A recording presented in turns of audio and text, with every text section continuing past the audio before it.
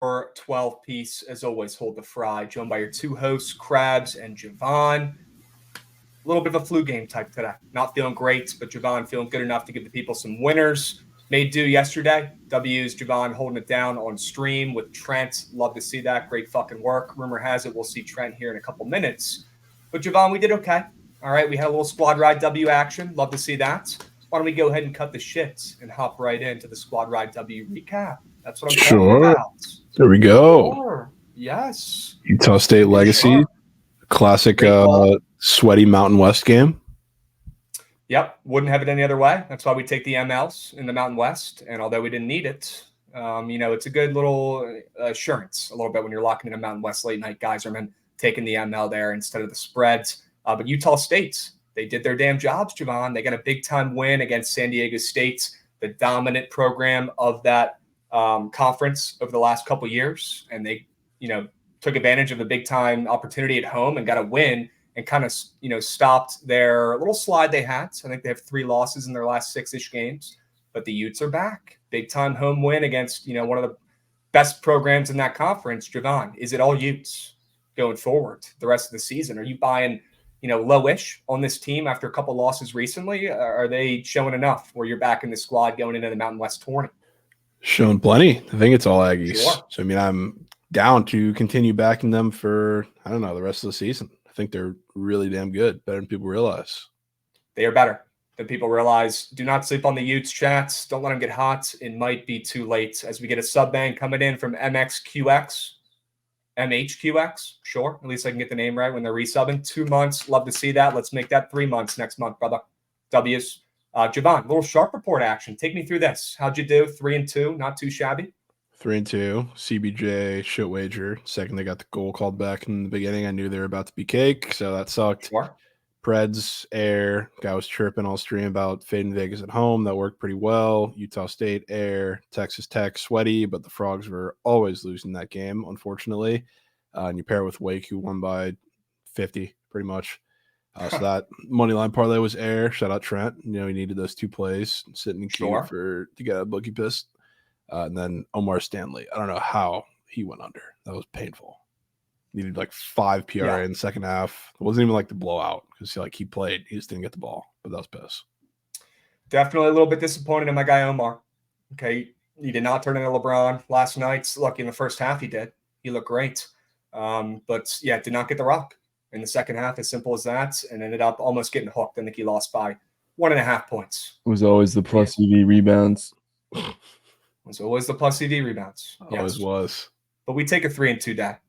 Right, Javon? We go about our day with 3-2, and we count our blessings, and we move on to Wagon Wednesday. Sure. All day. Dubs. Let's recap the Moose Shit Prize Picks entries that we crafted up. They were bad. It's Moose. Simple as that. They were Moose. Simple. Neither of them smacked. Shore, Baylor hit. I think Bridges soared over, I believe, and did his job. Okay. It was Josiah who did not come through here. Yeah, you got benched for like the whole second half, pretty much. Nice. You got drowning. Yeah. And this was just Moose all the way through. Just absolute Moose, left and right. Look, we did have some positive yesterday. Obviously, number 1, the squad ride smacked. Most importantly, number 2, the 5 plays that I shit out yesterday from the bed. Absolutely hurting on my deathbed, sweating like no other. I definitely have the flu or some shit, but it is what it is. 5 green goblins. How about them apples? Yeah. Flu game sweep. Sure. Those do not grow on trees. Okay. This cannot be true, fat girls. I swear to God, if this is true, I'm going to lose my fucking mind. It's not true, bro. There's no shot. Why would he be saying that in the chat?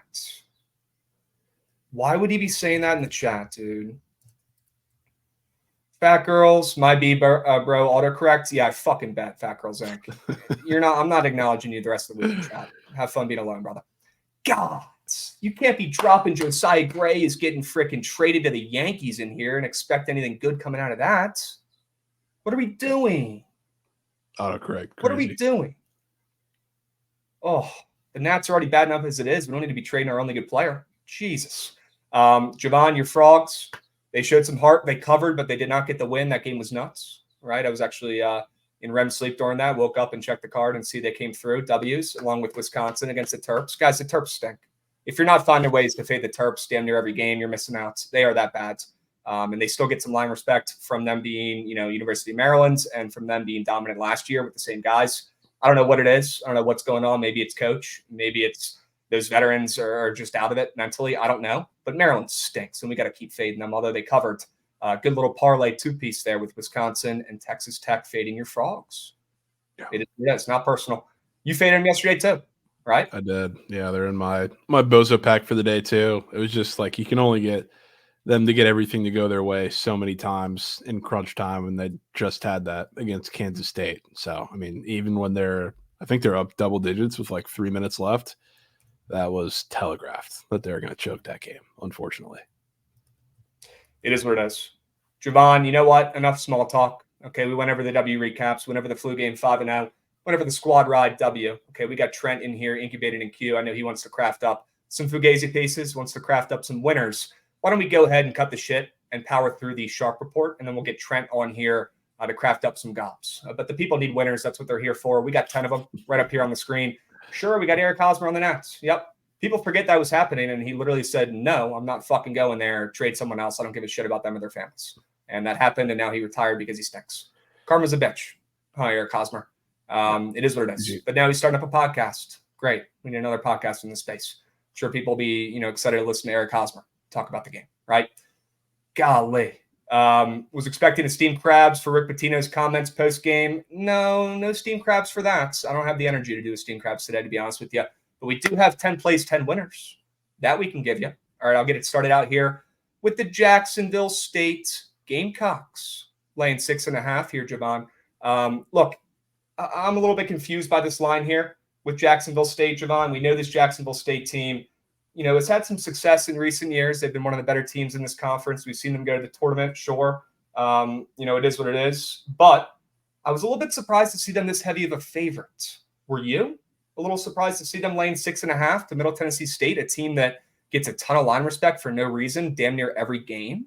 Why are they now in this spot after getting crazy line respect for the last 2 months and, coming through at times, right? They have come through recently, which is why I want to fade them even more today.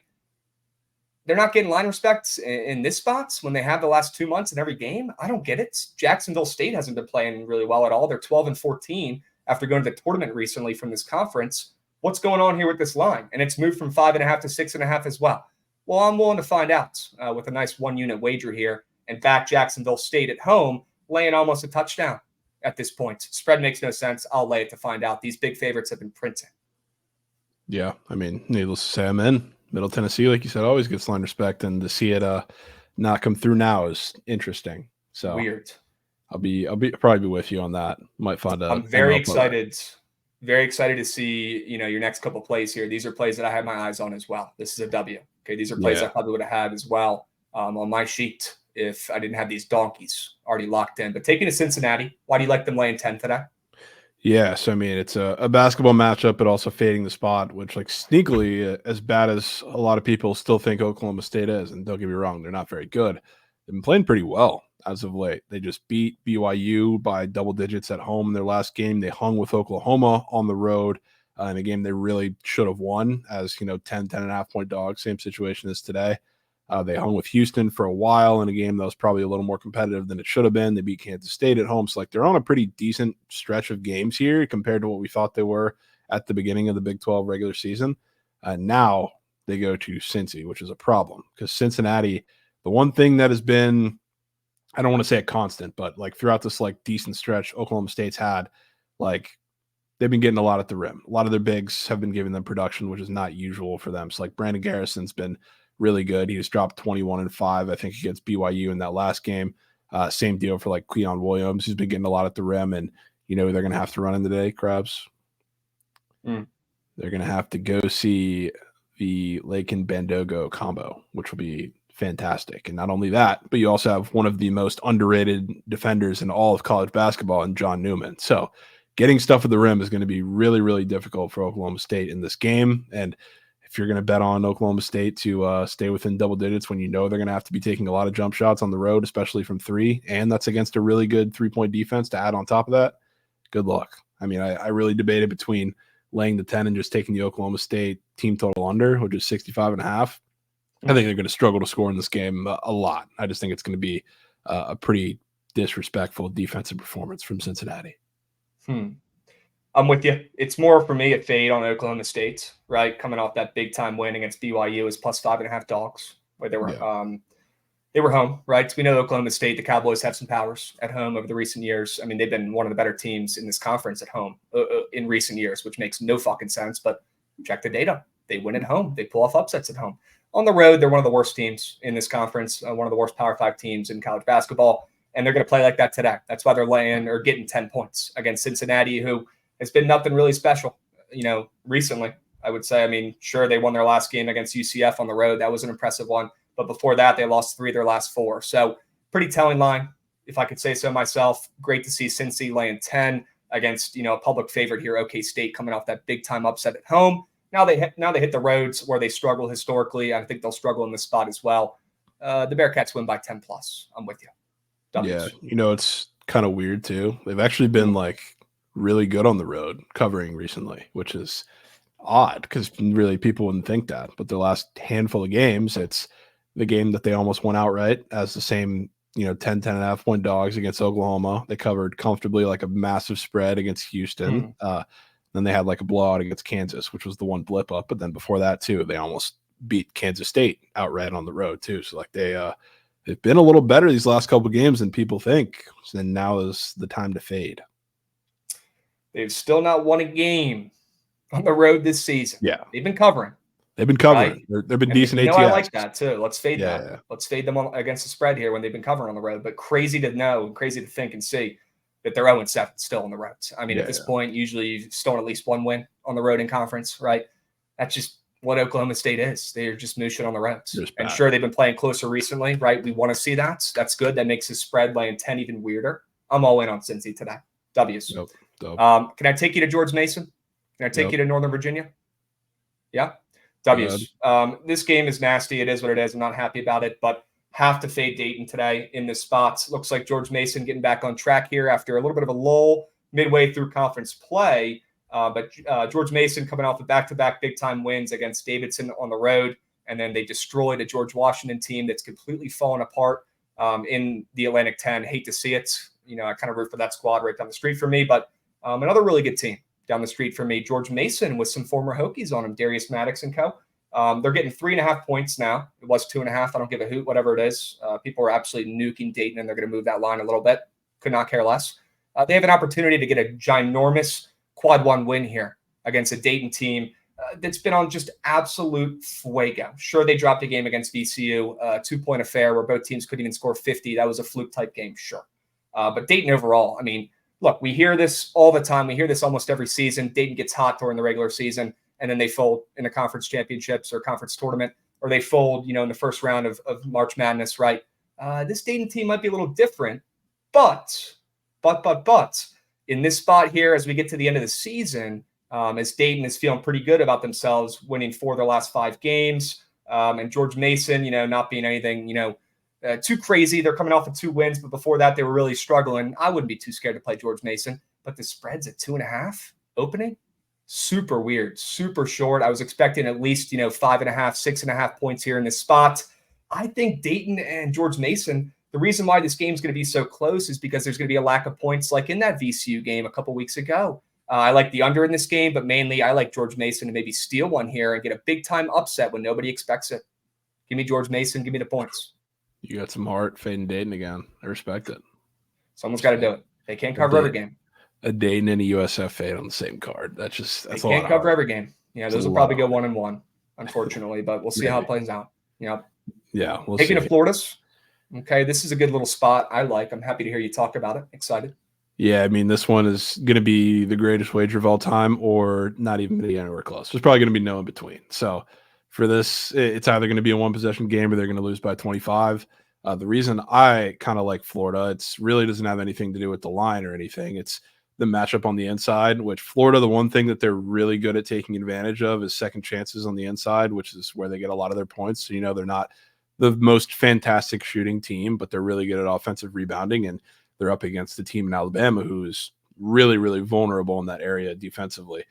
So you also know they're going to push the tempo on both sides. It's going to be one of those games. Like, you're going to see a great performance out of Alabama's offense. It's not really a question. And then on the other side, Walter Clayton, Zion Pullen, who I have in the Prize Pick Square section. Like those guys are going to push the tempo. They're going to get their shots. But when you have a little trouble shooting the ball, Tyrese Samuel and Micah Hanlogton are going to grub on the offensive board. So like that's the sticking point for me in this game that I think kind of tips the scale a little bit for Florida to stay in this game. Second chance points, which this, I guess you could say, like line wise, when you look at Bama, they were in the same exact spot, or what seemed like the same exact spot against Texas A&M. I think they're 8.5 in that game too. Favorites at home. They blew them out, one by like 25, and Texas A&M was getting a lot of offensive boards, but they just looked very sloppy and regenerating any sort of possession. Like beyond that, put up terrible shots, a lot of shot clock violations after that too. So I don't think Florida's built very similar to that. So I think they can stay in this game. Again, it takes a pretty big side of nuts to fade Alabama at home in this type of game, but I'm going to do it. Yeah, I'm with you. Do I love the movement of the spreads? No, I don't love the movement from 7.5 to 8.5. I'll be honest, but Florida doesn't really get much respect, and they probably shouldn't. But the way they've been playing recently, maybe the odds makers should be opening their eyes a little bit. I mean, they've scored more than 80 points in each of their last 3 games. They've won each of those games as well. Don't let the Gators get hot. What they're building down there is starting to work. And Alabama, they're coming off a nice 100-75 win against Texas A&M. Before that, they won 109-92 against LSU. So with Bama staying at home here, are they going to be, are they going to get up for this game as much as they would be typically after those 2 ginormous wins when they're feeling like they're one of the better teams right now in the SEC? I don't know. They might take this Florida team a little lightly. And if they do that, this might be a blowout, and you might see Florida win this game outright. Should be plenty of points in this game, huh? Yeah, I mean, the total is 174 or somewhere near that. So, I mean, it's going to be a track meet. I don't think it's really a secret. Bama's put up 100 points back-to-back games. I think it's the first time anybody's ever done that in SEC play, which is crazy. See if they can do it again. Well, why don't you talk about your Florida square since we're here, and then I'll go over my Dayton square since I just talked about the George Mason game. But take me to that Zion Pullen PRA square. What are you liking about him today? Yeah, so I mean, if anybody's been paying attention to Florida lately, Zion Pullen is the guy who's really been getting it going, which at the beginning of the season, he was kind of struggling to find his role. That's not really the case anymore. And in this type of game specifically, when you know what Bama is going to do, like their defensive backcourt is not very good. So like Mark Sears, traffic cone, he's probably going to be seeing a good bit of time on Walter Clayton. Zion Pullen's going to be matched up against one of the other guards, maybe Estrada, and they'll switch. They're free to do that. So in this game, in like these high tempo games, Zion Pullen loves to get involved. Bama hasn't really been bad at defending the 3 necessarily. They're a lot worse against like slashing guards, which Zion Pullen primarily is. So I think he's going to get his fair share in offense, and in these higher tempo games as well. He loves to get involved in a lot of the RA department, especially rebounding. And, like I talked about, second chance points in the rebounding department, whether it's Samuel, whether it's Hanlogton, whether it's any of the guards, I think Florida has a massive advantage in that area. So in this type of game where there's going to be plenty of points, it's kind of Zion Pullen's exact game style. He's going to play exactly like, the Bama guards are going to have to play on the other side. I think it's his game to take. And if they're going to stay in this game, he's going to have to keep doing exactly what he's been doing. This ain't UC Riverside anymore, right? It's been a little bit of a step up for Zion Pullen. It's taken him a little bit to get going here, but he's got to be aggressive. He's got to be the guy leading the point, leading the charge when he's in the game. Dominating and running the offense through him at times, because he is that elite of a scorer. He can get to the rack like no other. He can make his free throws, right? The guy can shoot from all over the courts. Zion Pullen is extremely talented, and it's good to finally see him, getting some respect he deserves, and also, finally putting up the results a little bit here at Florida after leaving, UC Riverside being one of the better mid-major players in the country. Do not sleep on Zion Pullen. Guys, it might be too late if you haven't hopped on the train yet. He's going to lead Florida to a cover today. I'm with you. Yeah, he's also probably going to take 5 trips to the free throw line. They're just going to pull out. They're just going to pull out the high pick and roll, and he's going to rim run, and everybody gets to the free throw line against Bama. Yep, I'm with you. Lock in Florida. Lock in Zion today. All right. I wish I could change my square to this from Hody. I'm looking at that square right now. Austin Matthews less than half a goal. Sure, he's in his hometown. I'm respectfully asking you to just not be that guy today. Don't be that guy, pal. I'm begging you, man. Okay. All right. I won't be that guy today. Thank you. I'll tell you what, Trent. I was going to say this anyways. the hockey fades at the top of the board for the popular tab, I mean, might as well just take those more thans because they just fucking hit every time. It's ridiculous. They do. They just hit every time. So I'm with you. We don't need to fade these, although that's a hilarious find by our guy Hovey in chat. Let's talk about another fade. I'm the one that fucking made the corp text to put it up there. And they put it up. Yeah, it wasn't They up. said, "Sure, Tran, we'll put that up for you. No worries." I said, "Yo, Put that can real quick. we get Matthews' goal on the board, please?" All right. Let me look. Dude, I no, won't they be that did guy not today, put but that's special. Dude, Yeah, they do. go to the special, Crabs. You could fade that. Oh my god, bro. That's not a real special. Fade that. You know Messi ain't fucking scoring. Dude. there's no fucking way they put that up. Dude. There's no shots. They're just putting up the two greatest players in their sport. Yeah. Surely they'll get 2 goals today, right? You can I give you permission to fade that. I just have Okay. way too much going on Matthews. All right. Well, let's hope Matthews gets 1. Yeah. We go about our day, right? Okay. Yeah. That's fair. And yes, I will be taking that last time. That's fair. Right on the screen. The combo. I'll leave the solo Matthews alone. All right. And root for that. Hopefully Trent cashes that with 1 goal. Okay. Real quick, let's power through the rest of the sharp report, and then we'll get up here and start crafting with Trent. But let's go back real quick. Let me talk about Kobe Elvis. Also, what a name, by the way, Kobe Elvis. I hate to be fading a guy like this, but all-time basketball name, just all-time name. 2 goats. Kobe Elvis, unfortunately, today is not going to be the guy.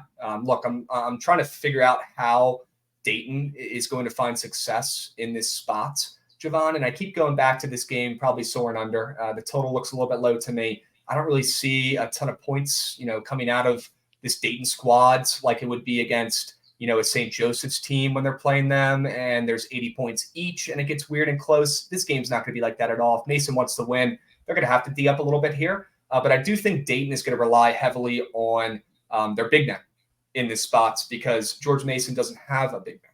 Okay, they might have a couple bodies down there, but they don't really have a big man, Javon. And I'll tell you what, Deron Holmes, if anyone's looking to square up and take a college basketball guy, a GOAT, to go off today, it might just be Deron Holmes. I want to get a little nastier. I want to find another guy to fade who's a guard who's not going to get many shots up because Deron Holmes is going to be getting absolutely fed in the paint, along with Nate Santos this entire fucking game. So I'm going with Kobe Elvis and fading him. He's one of the lowest scoring guys up on the board for Dayton in this spot, and he hasn't been great recently. He's not going to be great tonight. They're not going to be looking to, revolve the offense around him in this spot. If anything, they're going to be looking to their front courts and guys like Deron Holmes who are going to the NBA when this game is tight, low scoring, and close down the stretch. That is where they're going to find success, not through their guard play and not through Kobe Elvis today, unfortunately for him. Take his less than 8.5 points. He's not going off today. I'm in. So in Sure. front. W's. What else do we got left here? We got a couple more Geysermans here. A couple more straight bets. Crabs on Miami. Yeah. What could go wrong, huh? Rare.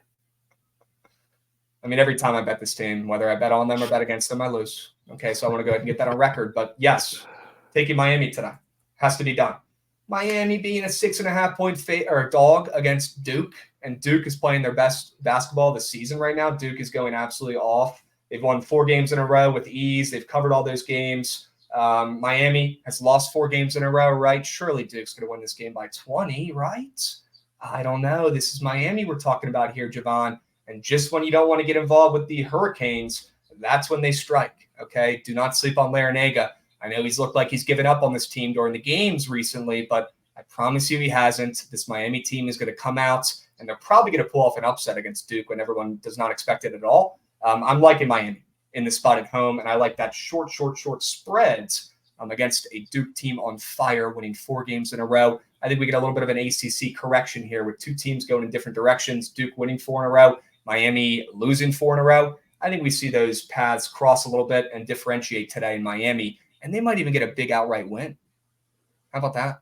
Yeah, I mean, if you like Miami, I don't know how you don't take Wooga Poplar. Something. So I don't think Pack is supposed to play. So, I mean, it's going to have to be Wooga Poplar and a lot bit of Keyshawn George. Sure. I got no problems taking Wooga. That's my guy. It might have to be mandatory.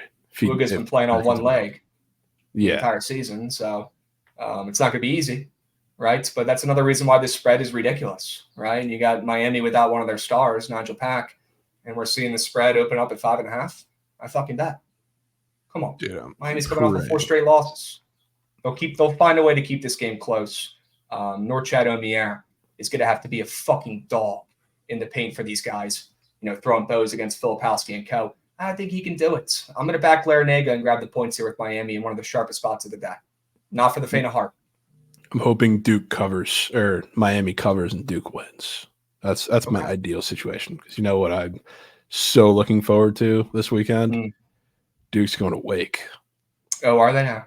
Okay. They are. So I mean, you're going to want to fade them out right there. Okay. There's 2 massive spots. Yeah, I mean, Wake might be favored at that point. We'll see. But that and Virginia is hosting UNC. Can guarantee Virginia wins that game.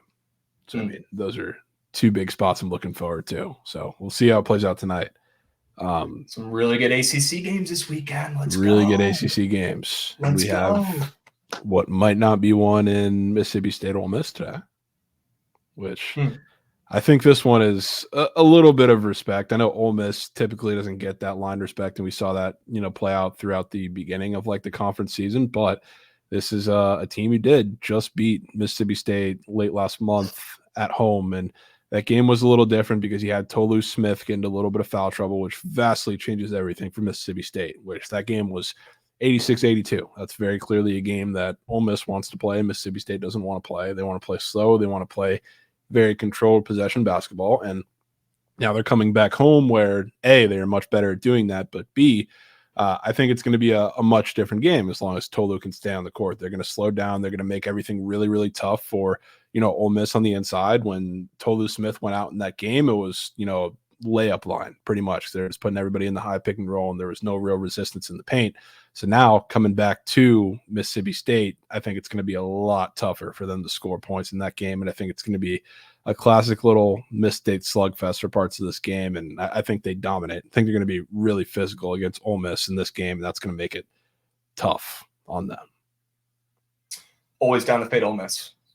Keep it right there. As simple as that. Fade that fraudulent program. They're unfortunately just not like that. They are not a 19-6 team. Lay with Mississippi State, they are night and day better, especially at home. I'm with you on that. Okay. I cannot ignore that soccer parlay or whatever the fuck that is down there below. I'm excited to hear about that. But can I take you to UTSA first? Yeah, take me to UTSA. We'll end with the soccer play for the grand finale. Okay. Yep. And Ellie Stolen Bases got bumped up by that. Fuck. Telling you, Trent, it will not matter. It will not matter. It was at 38, right? 38.5, yeah. Sheesh. Mother. He's swiping 50, bro. Trent, nothing you could do, man. We got to wait for these other categories to go up anyways. So don't stress yourself out. I mean, there's literally nothing you could do. Track the bumps, use them for what you're going to pick, but don't get upset about it because you're not locking the shit in anyways. Yeah. It is Snell got bumped. Snell got bumped fat last year, I remember. A lot of guys got bumped. Didn't matter. Although the one that did was my Otani ERAs. I locked it in later than everyone else, and I got absolutely skull fucked for that one. So I guess sometimes it does matter. Let's hope ERA ones would be pretty important. I mean, I got hooked on the ERA and lost out on thousands for that one. Hook. Was Grayson always 175? What's up, dudes? Was Grayson always 175? No, yeah, he got bumped down, right? He got bumped down, right? Yeah. Bumped down? Ooh. Yeah, plus EV was all over it. Ooh. Too high? They put that at? Okay, not surprised. That's a big name guy. People want to take this year. Apparently, he's working on a new pitch this offseason. We'll see how that works out. Yeah, cake. That's how it's going to work out. Okay. All right. Unbelievable. All right. Snell needs to go to San Francisco already. Where the fuck is Snell going, Jack? Can we get real for a second? Where is he going? Dude. Where is he dropping? Is he coming to DC? He goes to Yankee Stadium. I'm finding the nearest cliff. He's not going to Yankee Stadium. They have a rotation already. We don't got to worry about that. They really don't, though. People love to pretend like the Yankees have the fucking Avengers as a starting rotation. Oh, I didn't say they have Iron Man and Captain America out there, but they got a fucking 5-man rotations. They got It's not good though. Like it's Garrett Cole. You're betting on a bounce back from Carlos Rodon. Marcus Stroman can be Cy Young or biggest turkey tosser of all time in a span of a week. It's just not that They good. got Nestor and Clark Schmidt round that puppy out. Yeah, I'm terrified of that rotation. I've seen worse. No, there's worse. Dave. And that's coming from me. There's Stop hating. He going to the Bronx, getting paid and getting a ring. Grow up. That's got to be Yeah, Dave. I said that right. Yeah, It's gotta be Dave. Dave's wearing the Stanton jersey right now. Do you That's see Dave the envisioning himself in Yankee Stadium with a Benihana. Crabs? You see the picture of Stanton or the videos of Stanton? No, what's going on with Stan? Is he okay? He looks like a twig. He lost a Whoa. lot of weight. Well, that could be good for health, right? Maybe Yeah. he'll stay a little healthier.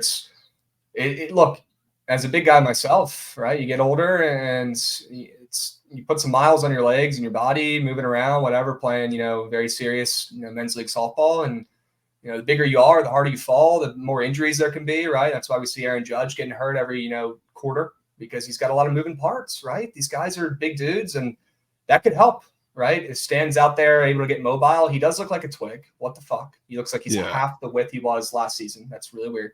But that could help with him playing potentially in the outfield, although I'll believe that when I see it. That could just overall help with, him staying on the field, which is a W. Dude, and I hate to say it as a Yankee hater, but that's a good thing for them. If he stays on the field, he is hitting 40 bombs this season. Yeah, probably, because Easily. he's Giancarlo Stanton. Sure. Yeah. He plays in Cooperstown Dreams Park. Yeah. I could probably hit 20. To be fair, I don't know how many wall scrapers Stanton's had in his career. It's either the ball's either going in the catcher's glove or it's going 40. That's what I'm saying. So what is losing 30 pounds going to do? 20 pounds going to do? Right? He's still hitting fucking nukes. At least he'll be able to play 160 games hopefully this year, or 150. Right? On that P1 diet. That's Sure. crazy.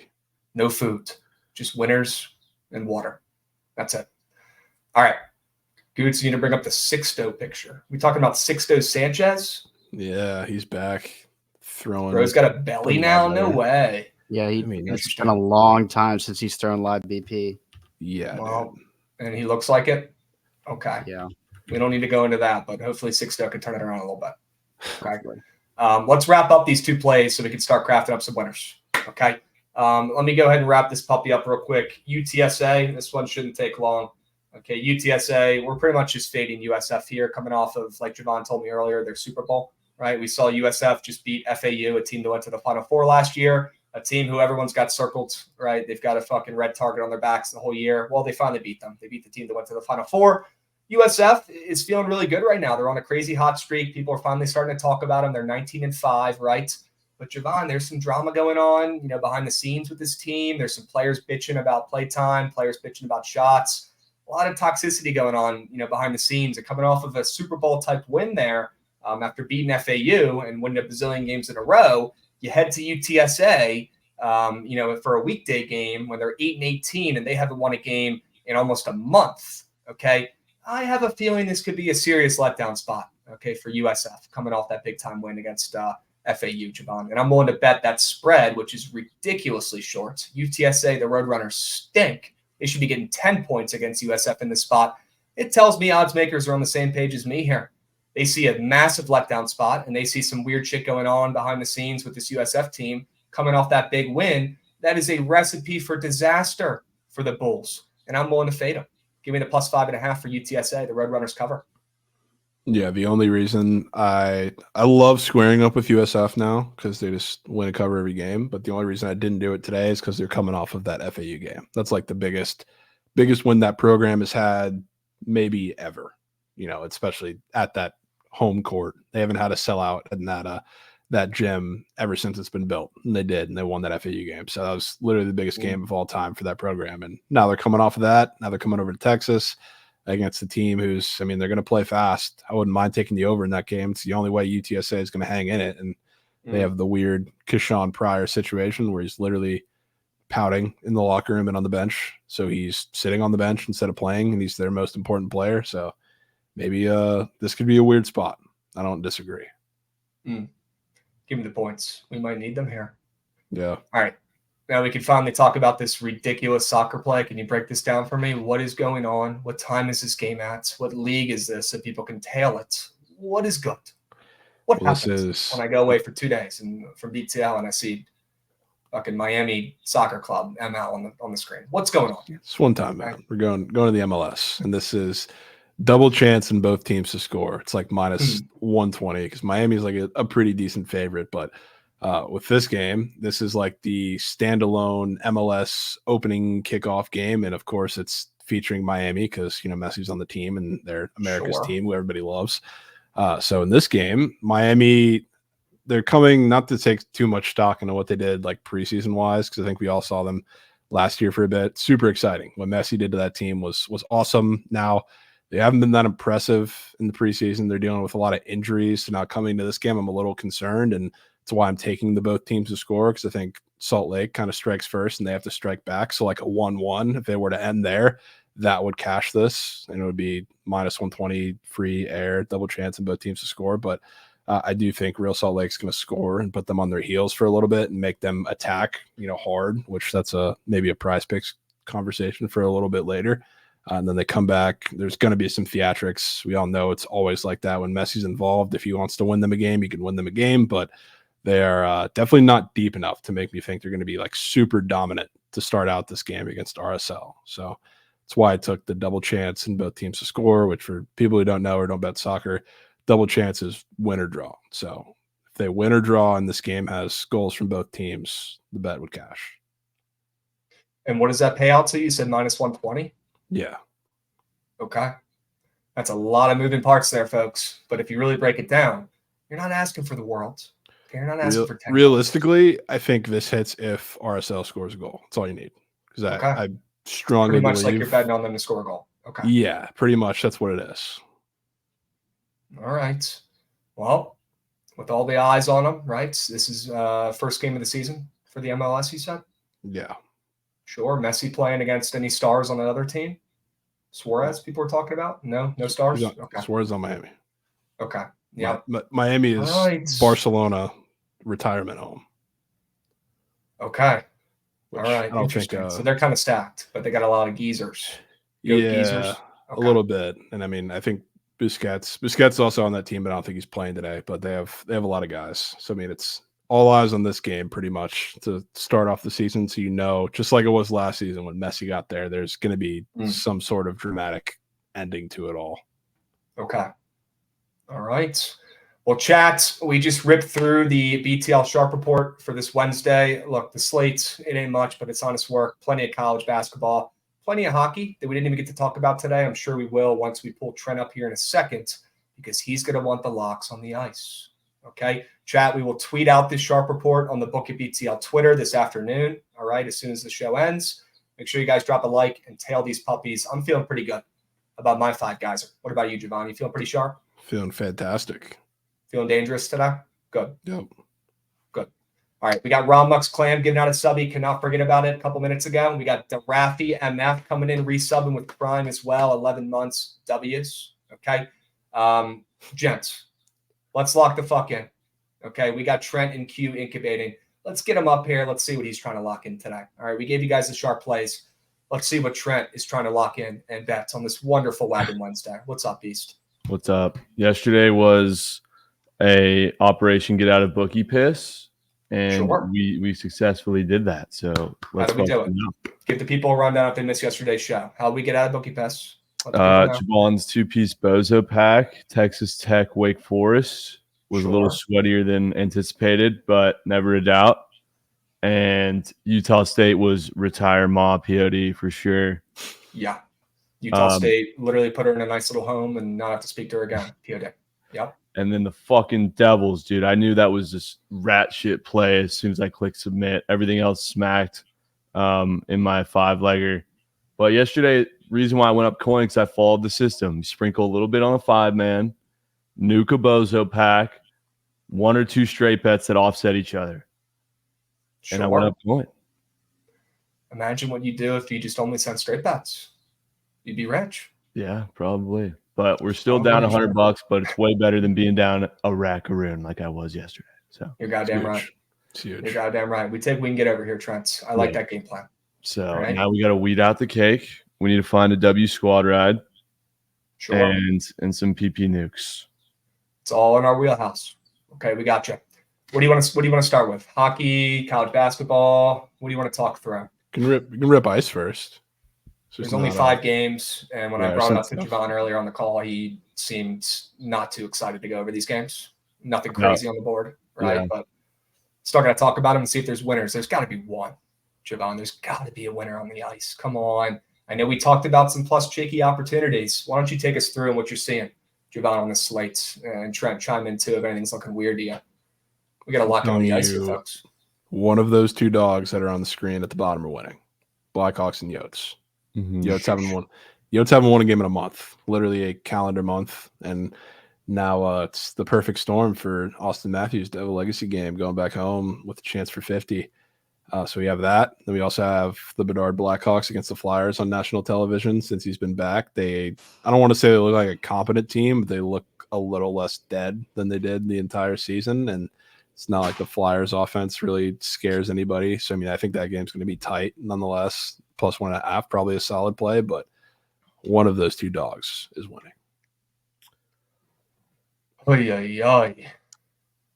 Yeah. Well, I want to take the Coyotes on the ML late night. I'll be honest with you. That's the angle I want to get behind. I know Trent is not too excited. He got that freaking prize pick square put up for Austin Matthews, and now we got to fade him. I feel like Oilers would be more of a Crabs play. The Oilers is a favorite against the Boston Bruins. I mean, the line moved 15 cents towards Boston, which I don't love. It just seems it seems so trappy. I mean, the Oilers have been the hottest team in the NHL for like the past 3 months or however long since they went on the streak. True. I mean, that game is just probably say fuck it and bet it to go OT and move. Yeah, that screams 2-2 overtime. Yeah. What about the Sabres game? Let's start at the top here. What about the Sabres catching some serious steam on the road, coming off a loss? And I know Montreal has not been playing great either. They've lost 4 of their last 5. But, Javon, is it a little surprising to see them catching that much steam on the road here up to almost minus 150 on some books? I don't know if it's surprising necessarily because they did just beat the ever-living piss out of the Habs, I think, earlier this year, maybe coming right out of the new year. They beat the shit out of them, and the Habs have been really god-awful and non-competitive in a lot of these games, so I'm not too shocked. Okay. And then the only game we haven't touched on really yet is that Blue Jackets and Ducks game. You probably didn't want to go back to that one because of PTSD from yesterday. I know you were on Columbus plus 1.5. Any thoughts on this game between these 2 shit squads? We got to pick them. I think the Sharps are on the Ducks. Yeah. Sharps are on Ducks. Is that what you're hearing? Plus EV Ducks. Plus EV Ducks. ML I saw, Ducks. Okay. Yeah, that plus EV is disappearing quickly because I saw some minus 120 slips and pick them now. So, I mean, I don't know. The Ducks have not won, I think, more than a pair or 2 of games, multiple games in a row, really the entire season, more than like once or twice. And I think the CBJ is pretty much the same way. So to see CBJ off of back-to-back, moving to probably going to end up a favorite by puck drop on the road. I mean, yesterday the slate, it just was easy to navigate on the ice. Today I'm way less confident. I think all sports yesterday. I know there weren't many playing, but in college basketball yesterday, it was just easy. It was just a lot of sharp plays, just absolutely screaming off the board. Today, they're making us work. It is what it is. It's not easy every day, right? I mean, look, another thing I'm noticing in the spots, Javon, I'm kind of with you on the Blue Jackets, I guess, on the road here. Another weird factor in this game, the Ducks haven't lost to Columbus since, at least since 2020. It's been over 3 years. The Ducks own the Blue Jackets. They beat them at least the last 5 times they played going back to 2021. So I don't know what's good with that. But if that steam, like you're saying, is moving towards Columbus on the road and they have an even worse record, that would pique my interest to spec. It's also, like Fruity saying, one of the worst goalies in the NHL right now is a net for the Blue Jackets. To see them moving to what's eventually going to be a favorite on the road off a back-to-back. Wow. Okay. God, I don't want to bet this Musha team. And you did just take them yesterday in your sharp report, which means they're going to win today. Yeah, they're probably going to win today. I'll tell you what. Math. Yeah, I'll tell you what. I think it was Gaudreau who had the first goal yesterday. They got called back and reviewed. I guarantee you he's scoring today. Guarantee you. He's ripping. Happens every time. He's ripping. He was the only reason, he's creating chances, or the only reason they stayed in that game for a little bit is because they're creating chances, and he was a big part of it. Boone Jenner picked it up a little bit too, but Johnny was ripping. And if they're going to score goals on the road in this game, I can guarantee you after yesterday, it's going to be him. He didn't score, did he? No, it was Bachfest. No. Yeah, Bachfest. Yeah, I was bitching on Real App. I'm shocked that. Oh yeah, dude, I saw you in there. I was sweating out third period entries. Sure. Dude, fucking Zach. Third period entries. No way you took Zach Werenski. He didn't want. He ripped for us in the second, and then we ran back the exact entry in the third, and he didn't rip. Tano is a ripper. Yeah, Tano's ripping. I still can't believe McKinnon had 10 shots and the goalie went under. What the fuck is that? Unreal, dude. Absolutely unreal. Yeah, dude, this is a tough slate. Kels, I know you got a Fugazi 4. What do you got for me? Just might be the Yotes I'm out there. You got a hell of follows coming in right now. W's. W follows. W's. Oh, If you guys Joey are watching on Sports Twitter, Bet. come over to the Twitch. Okay. It's Joey Sports Bet. There he is. Joey, I wasn't chirping you, man. I just get your fucking ad on my feed every single day, bro. So I had to copy paste it. But you know who Joey Sports Bets is, Krabs? No, but I'm about to after the episode today when I look into this beef. Dude, you've definitely had it on your feed before. It says, I have a PhD in computer science. I've used my skills to build algorithms dedicated to finding winning sports bets. Interested? Oh. They're all free. Drop me a follow. This is one of those PODP conspiracy theory guys, Rince. Yes. Yes. Sure. Well, they're all being run by the same guy. He's got puppet hands. He's got 10 accounts now. He's growing. He's more powerful. I was so dialed yesterday, man. You didn't want to hear me out. Dude, I mean, it didn't say it was like a bad play. It's just up every fucking day. And fucking what's Blackshear assist was a donk. Yeah, it was a rare, super sharp CBB square from Trent. How about Connect going 0 for 8 to start? What the hell was that? Crazy. And he still almost hit his points. I know. Just nuts.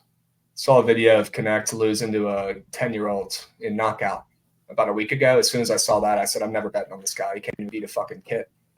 Yeah. Give me a break. He's got zero clutch gene whatsoever. You can't beat a fucking 10-year-old in knockout? What are we doing here? We're here to lose? Bro. That's when I knew that Tennessee and Dalton Connect did not have the juice like that at all. At all. It's insane. Insane hating from Krabs. So you guys Yeah, that's are, what it is. let's dial in here. You guys are for sure locking in Yotes ML. Yes. Yotes ML looking at me funny. And Javon, since we talked this AM, I mean, the line's moved another 10 cents towards Arizona. Toronto's down to minus 185. Those places. That's crazy. Trent, you don't want to bet a team that's last win was on January 22nd? No, I know what that show's for, but I know that's what this show is for, but I just can't do it, man. Yeah, no. I mean, we Please know don't fade it. Just don't take Toronto, and that's all I care about. You know? They always do I play the expect you to Leafs take well. every nasty play. Just don't Some take the they square do. play. It's not a bad play. Joey, send me the DM, bro. I need the play. Sure. Yotes have beat Toronto last 4 meetings. Let me check. Yeah, they dominate have. the Leafs. They play them well. But granted, they're much better team. They haven't played them in like a year. They haven't played them at all this season, but they play them well for whatever reason. That is facts. Odd Sharks got Toronto 5-1, man. We're in business now. I might add a unit. Good. We're looking sharp. All you got to do is log into that site and move the teams around, and you're good. Should I sub? You're goddamn right. You should sub DTVII. You should 100% sub. I'll tell you why. No one else is spitting out winners like us. Okay, if you're feeling generous, the gambling gods, if you're giving out subs to the community, they will bless you with winners. That's how this shit works. Okay, 100% you should sub. Come on. Dude, they're literally 0-10 in their last 10 games. Yeah, dude, they haven't won in over a month. That's not a joke. And you think this is the spot? This is it right here, folks. Yep. They This is almost the had one. the Oilers last game, like our man saying in chat. Now they finish it off against the Leafs today. It's facts. Man, Chat, are you buying in on that? I guess it's back-to-back games. They almost had the Avs right before that too. That game was even closer. Yeah. Yeah. God damn it, man. WKL's sub whaler. Let's go, Cals. Sure. Let's see this. Hooking up our guy DTV eyes. Dude, nobody is that- saying this. Literally not a soul. Surely they can lose 11 in a row. They could. They might. That's why they're They plus could. 155. Yeah. Okay, We're folks. acting like we're talking about minus 200 favorites. Minus 185s don't hit. It's the Yotes. I'm in, my man. All right. Can I sub to Javon and not crap? I wish you could. I wish you could, my man. That's crazy. All right. These other games, Buffalo, you're not loving, Javon? Yeah, not really. I feel like anytime I look at a similar line that's like minus 150 after the team, I feel like I've seen the story so many times where they beat the shit out of a team like in their last matchup a month or so ago, and now they come back on the road, they lose every time. So I'm scared. Especially the Canadians do have Montembeau in net, who I love betting the Habs as dogs against mid teams or shit teams when Montembeau's in net because he is damn good. I don't know. Need your CBB pod, Trent. Yes. Is Mary Mac playing today? I got eyes on Mary Mac. I'm working on it. It helps when you just find a team that's whoa. New Mexico is 7.5 point favorite. Surely that's in someone's sharp report. Why don't we pivot, Goots? Not on the sharp report, but definitely looking at me funny. I don't know what I want to do with it yet. I don't know if I'm going to lay it with them. I don't know if I want to parlay it in a little two-piece Geyserman, but I've really tried to get away from those recently because these weirdly fat favorites have been printing coins, and I'm tired of parlaying them two pieces and cashing out when I should be betting both them on the spread. And that is a ridiculously fat line. Yes, we have to take New Mexico tonight, whether it's ML parlay or whether it's just laying the spread. It's a crazy line, dude. Colorado State's ranked again. Colorado State's already beaten them this season. Colorado State is the best player on the court in Isaiah Stevens. I don't know. Donovan Dent and co. Donovan Dent probably a little healthier than he was last week with that bad ankle. I got to lay with New Mexico here. 100%. So now we're crafting. Talk about a Fugazi pace. I'm shocked that isn't on any of your cards. If I knew what I wanted to do with it yet, if I decided if I want to do ML parlay or spread, it would have been on there. It's definitely honorable mention. Has to be bad. Has to be, taken somehow, some way. Yeah. I don't love seeing that minus 112 next to the minus 7 there on the green book. It's usually cursed. Those usually lose. I feel like those haven't lost nearly as much when it's like a big line move up to that price. Because like they were 5.5 point favorites. Opened up 5.5. They're up to 7. Most places might end up at 7.5. Crazy. That's the. It's got to be New Mexico. Got to be New Mexico. And my book still has it at 6.5, so I'm making that my. Ooh. Okay. Nice. Okay. I'm in. I'll take the spread with you. Guys, New Mexico, this team has had the biggest struggle of their season recently. They've lost 3 of their last 5 games. They've only covered 2 of their last 5 as well. But this New Mexico team is absolutely loaded, and this is a team that we really should not be fearing laying it with the spread here up to 7 because they can score 100 points a game. That's all they do is score points. They run that fucking Houston Rockets 6-second offense, and these guys jack up shots like it's their job, okay? They have no problems not only keeping up with Colorado State, but dominating them at home and putting up another 100 Berg.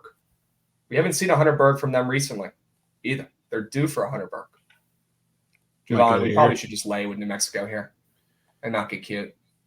Yeah, I don't hate it. Holy champagne poppy with the sploogie. Let's go, dude. That's hard.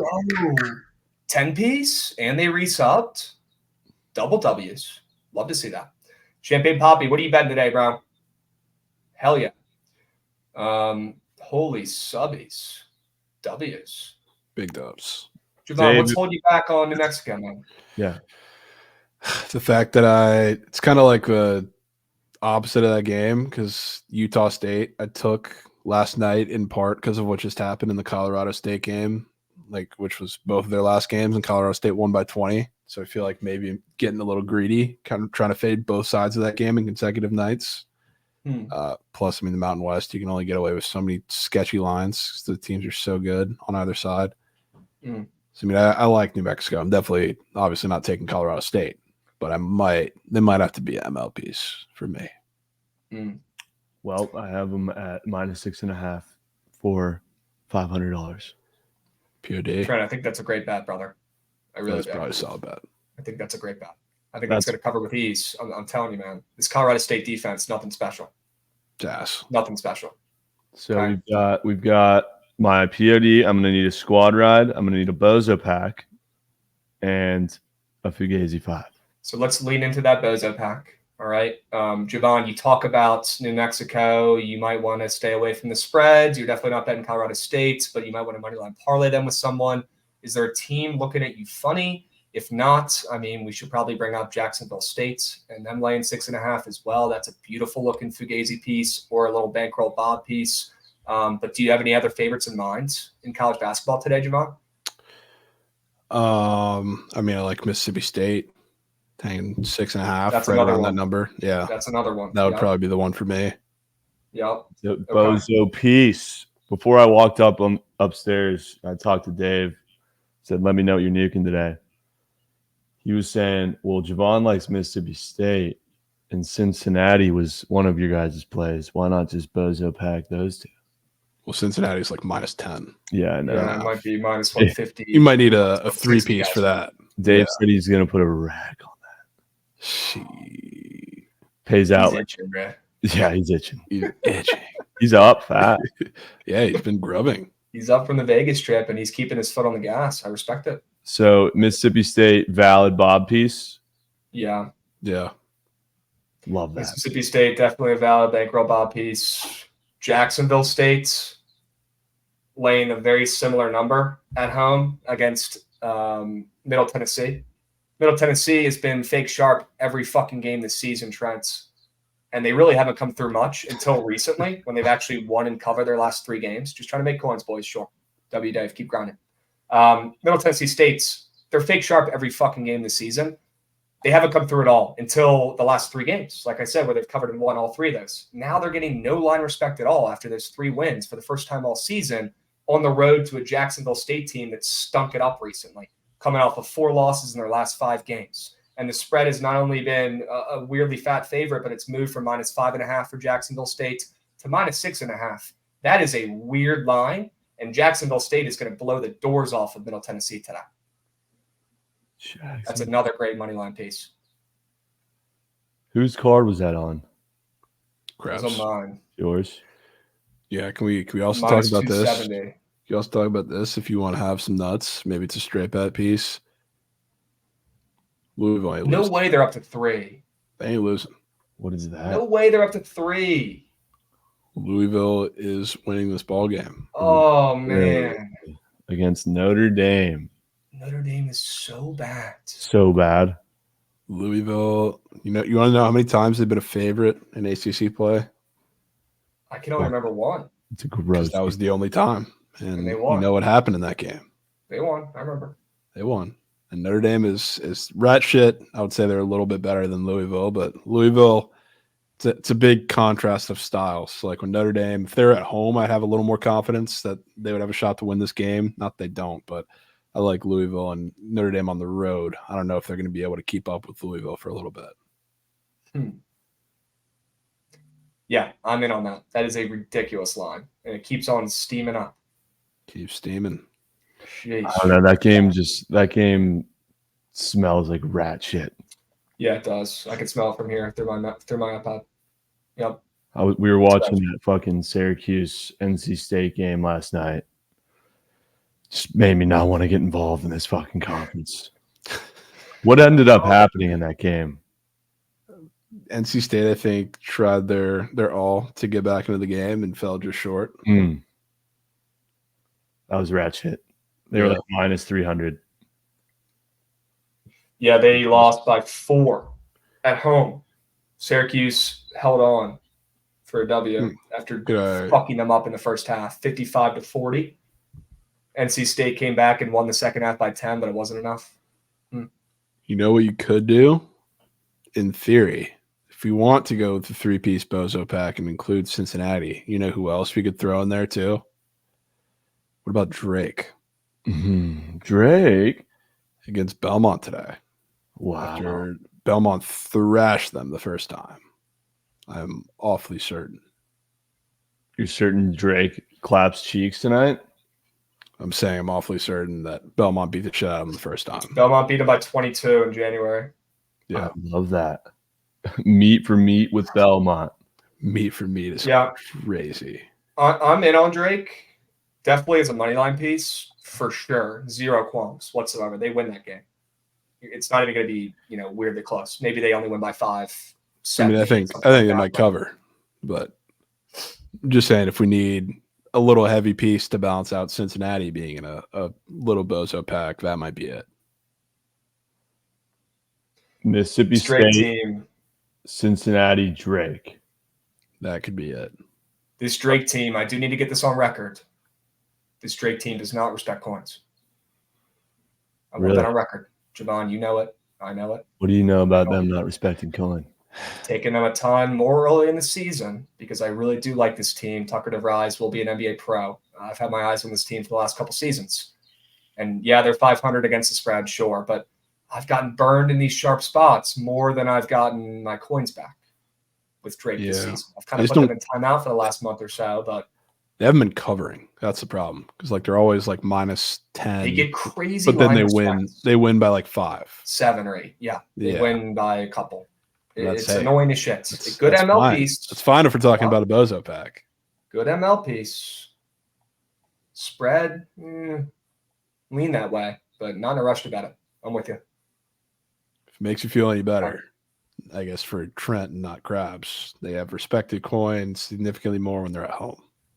Because that's where they haven't lost. Yeah, I might have because I was thinking the Bob, a perfect Bob, Mississippi State and the play I also or New Mexico, those two. That's only -130. So if I had Drake to it, it might bring me closer. If you had Drake to that, I would say if you're gonna pick one of them, it's Cincinnati to add out of the big favorites. Yeah, I would add Cincy to that too, and just get it closer to even. Yeah. All right, let me find. You don't got to be a superhero. You don't got to add anything crazy. If you just add a grease piece into that, it should get you back to plus +100. Yeah. Who do they play again? Oklahoma State. Okay. Oklahoma State coming off a massive win. Yeah. Put them 93. Massive win. BYU. Crazy game. We got Spinky Binky coming in hot with a resub, 10 months. Crazy name. W subs. Love to see that. Insane. I'm feeling more confident on profiting from CBB than I am NHL today. I think that's probably the right move, especially for Fugazi packs today. Yep. I feel like anybody who said any different is smoking something that I need because these NHL games. Yeah, those hockey games suck. Yeah. I know. Something that I need, huh? Yeah. I mean, these games are crazy sketchy. There's a couple more, Fugazi type favorites that we should talk through here, like Clemson, who is opened up -6.5 on the road, and they really don't get a lot of line respect on the road at all, and they're up to -8.5 against a Georgia Tech team that's not great. But this Georgia Tech team, I mean, they did just beat them, 93-90 only a couple weeks ago, and seeing Clemson open up, 5.5 and up to 7.5 in the spot. Up to 8 actually on the green book here in front of my eyeballs. That's crazy. Clemson wins today on the road. So yeah. I know Clemson sucks. I know Javon hates them, but they win today on the road. I just hate that Georgia Tech. I mean, especially at home, they're just giant killers. Like they only beat the good teams in the conference. They always lose to shit teams, and now they're back at home. Do I think they beat them again? No, probably not. If I were to take any bet in this game, it would be the under. So that first game was what 93-90, 149 total, and now the total opens 146.5 and dropping down. And I do think they keep it close, at least for a majority of this game, and it's going to be a pretty slow, just like classic Georgia Tech slugfest at home type game for a bit. So I mean, that's what I would take in the game. Our guy Champagne Poppy's asking if he can post Prize Picks links in chat. Is that gonna let him do that or I no? don't think so. No. Hit us up on the DM, Champagne Poppy. I want to see what you're cooking with. Hit up hit up Book It BTL on Twitter. We'll pull it up. You dropped 10 subbies. I want to see what you're sweating today. All right. You can whisper it too. You can whisper it as well on Twitch. Sure. I don't know, Giovanna. I can't get over that line. Sure, Georgia Tech only wins against good teams, but is Clemson a good team? No. We hate Clemson. We're not I would say in terms of Georgia Tech, they are. They're also coming off a loss as minus 8-point favorites to NC State at home. Yeah. It's a great spot for Clemson on the road to win this game. They will win. Yeah. They will win. Out of the 3 combinations, which one do you guys like more? Cincinnati, New Mexico, Mississippi State, or Drake, New Mexico, Mississippi State? So basically Drake or Cincinnati. You said 3 Cincy. combination throwing me off. I'd go I like Cincy. Cincy? I go Cincy combo. Now, do you even want to put New Mexico in there because you're already straight nuking them? That's a good point. That's what I was saying initially. I figured you were going to keep that out of the Bozo pack because you had your straight bet. Yeah. Yeah. I mean, maybe keep it in your back pocket if you need something to throw in there. But there's a lot of parlay pieces today in CVB. A lot of favorites today. They're going to get it done. Let me see what that ends up paying out. If I did Cincinnati, Mississippi State, Drake. Mm-hmm. Yeah, see if that gets you there. Should be close. But I do want to take for my Fugazi 5 at least 2 NHLs or even 1.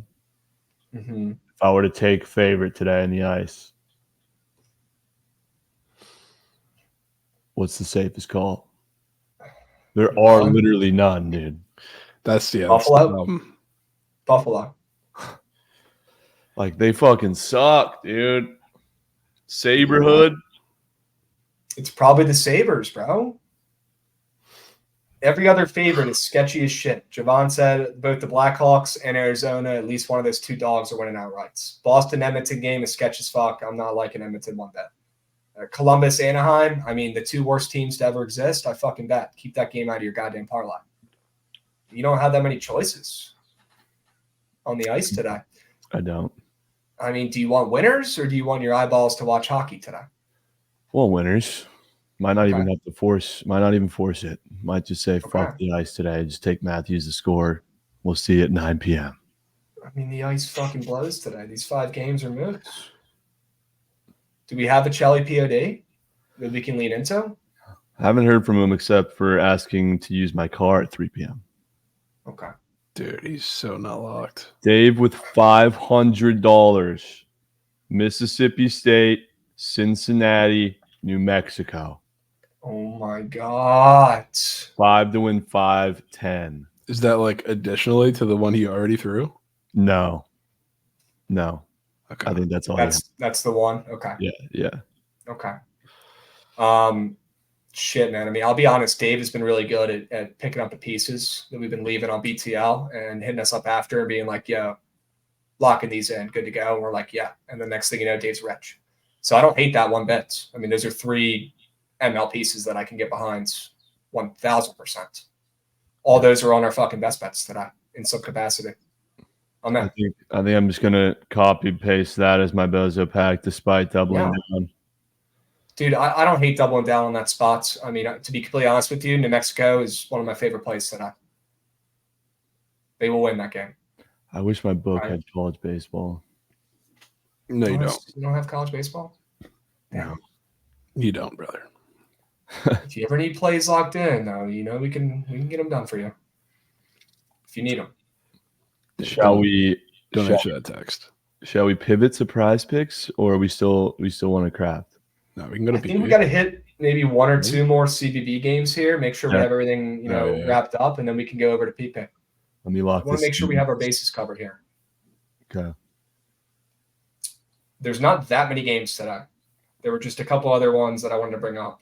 Already went over the best bets, right? Talked about George Mason. Please keep Dayton out of your bet slips today, Trent. Please keep Dayton out of them. You don't have to take George Mason, but keep Dayton away.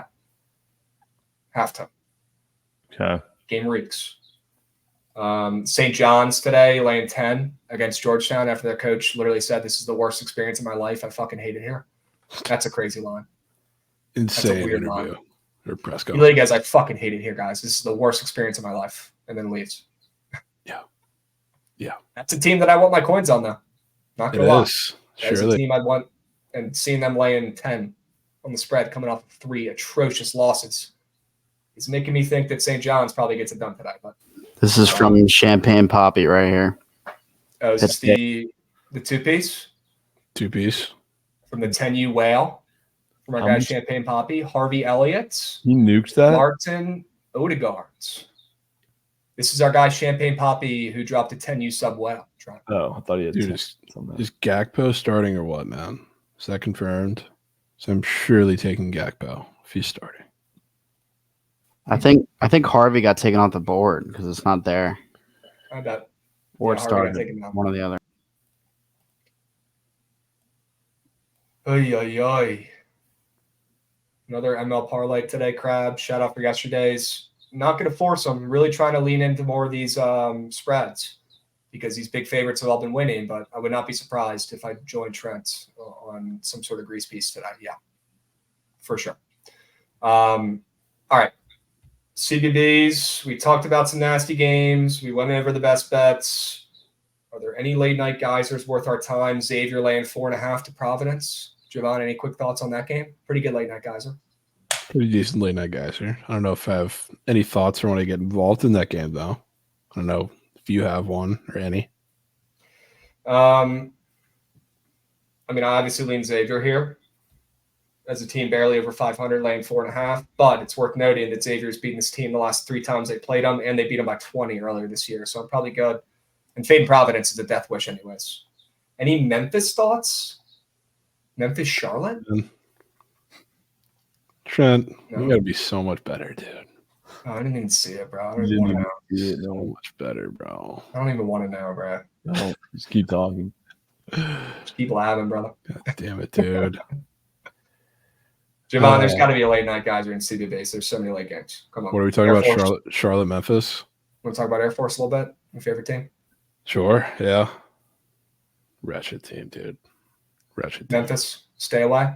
Charlotte, spread, maybe. A little luck here. Keep fading Yeah. Memphis. They're I frauds. mean, it is the same exact spread that Memphis just got embarrassed on by SMU the game before this. And I mean, Charlotte, people don't know a lot about Charlotte, but they're one of the sneakier, better teams in that conference that, you know, compete at a high level with the USFs, the FAUs, and probably the Memphises of the world.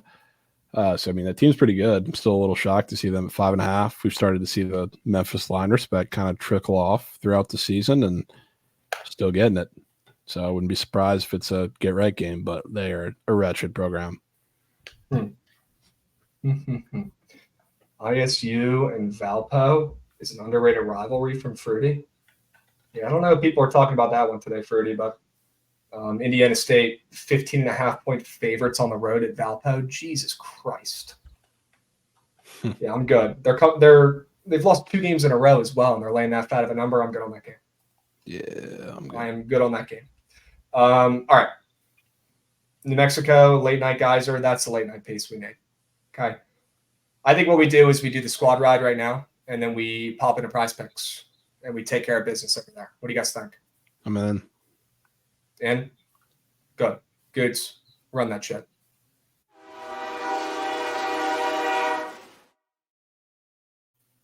Sure.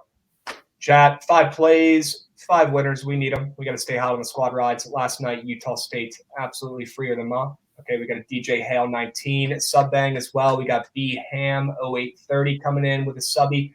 Bang. Let's go, Beast. Sure. Can't forget about my guy Spinky Binky as well. Okay, W for the resub there. Javon, 5 plays, 5 winners for the squad ride vote today. I would love to nominate 2 of the nastiest plays today that you're going to hate. You're not going to want to put in there, but I will nominate them anyways. George Mason and Miami. Sure. Putting me down for the plays. I'm cool with that. System. All right. You see Miami. Yeah, I did. Unfortunately, I was trying to lab up a prize picks, and my eyes immediately went to that fucker on Duke that everyone loves, and I know he's going under, and I feel like Miami steals coin. you're talking about the most popular square in college basketball today, Yeah. Jared McCain, who's Yeah. been literally Steph Curry recently. He's been unbelievable. Sure. Yeah. Yeah, he ain't Literally, going anywhere, bro. I like the Miami play. I probably won't take it, but I feel like that's such a crabs play.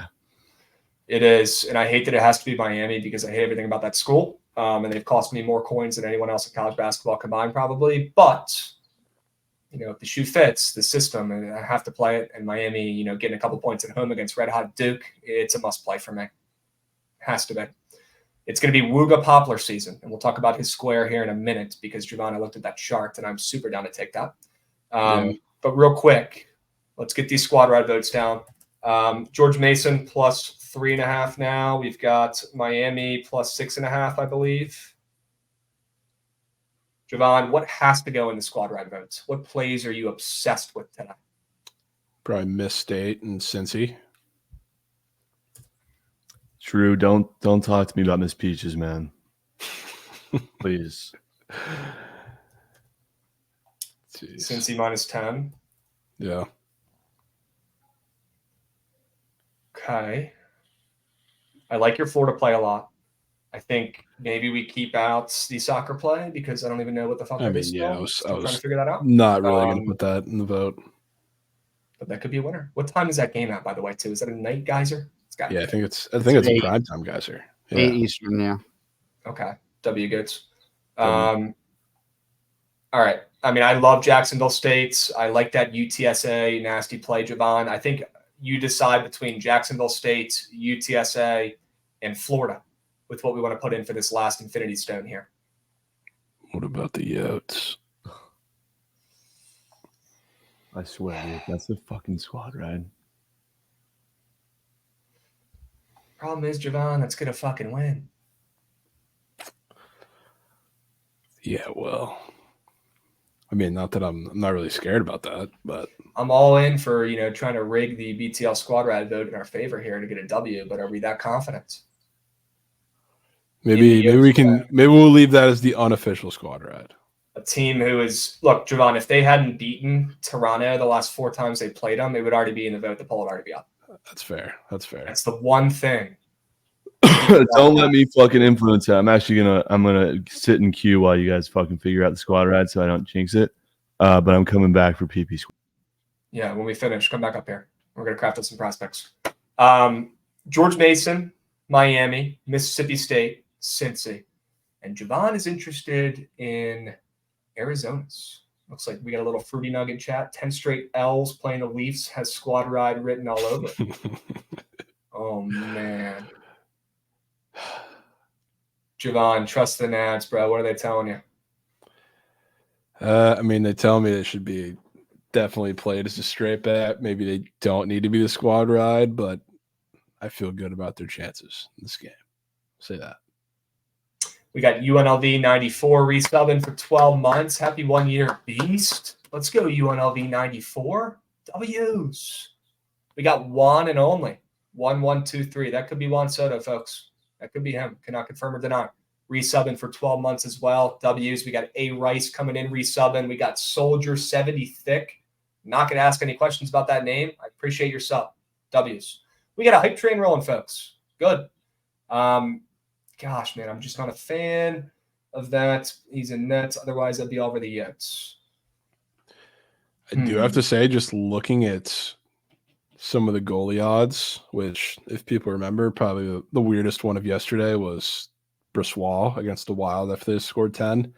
If I were to look at all the games very unbiased, the one that sticks out to me it's not juicier than it is Vejmelka in his goal square or his goal price. Does look a little short. Should probably be a little juicier. Who's normally the goalie if it's not Vejmelka? Connor Ingram. Oh yeah. Yeah, I mean Vejmelka's fucking awful, but yeah, I'm a little surprised. I thought he was him. No. I mean, he was a little bit last year. Everybody in the Oats was a little better last year than this year. It's been Mickey Mouse Connor Ingram run for a little bit, then they've been fucking terrible. So I mean, I don't know. Maybe leave it off, but it can for sure be played. It will for sure be played. I don't know if we can leave them off, folks. We might have to put them in there. This is Javon. basically like voting on the squad ride between ourselves right now because we know it's going to win. Javon, are the Arizona Coyotes winning this hockey game tonight? Yes or no? Yes. Then we're fucking putting them in there, and we'll let chat decide. Done. Plus 1.5 or ML? No, we're going right No. for the jugular. ML. Plus 1.5 is like minus 160, so you can't really do that in the first place. Last time we did this, it worked out well with a plus chicky play on the ice. I looked Javon in the eyes. I said, hey, listen, brother, let's not overthink this. Cut the shit. Are they winning this game or not? He said, yes. We put them in. They won the squad ride votes, and they won the game at plus check. Let's run that shit back, chat. Doesn't mean you have to vote for Arizona. There are a lot of very good plays on this board. Cough, cough, Miami, who I guarantee you covers tonight. Nobody's going to want to bet it. But there's a lot of great plays on this board. 5 of them, to be exact. Okay, 5 plays, 5 winners. George Mason plus 3.5. We got Miami plus 6.5. Mississippi State minus 6.5. Cincy laying 10. And Arizona ML on the ice. Go, go, go, go, go, go, go, go, go, go, go. Get your votes in. Hurry up. Lock in. We got a squad ride to cash on this beautiful Wagon Wednesday. Hurry the fuck up and click the right button. Don't just pick something in one sport because you want to watch it. Don't just pick something because it's a late night Geyserman.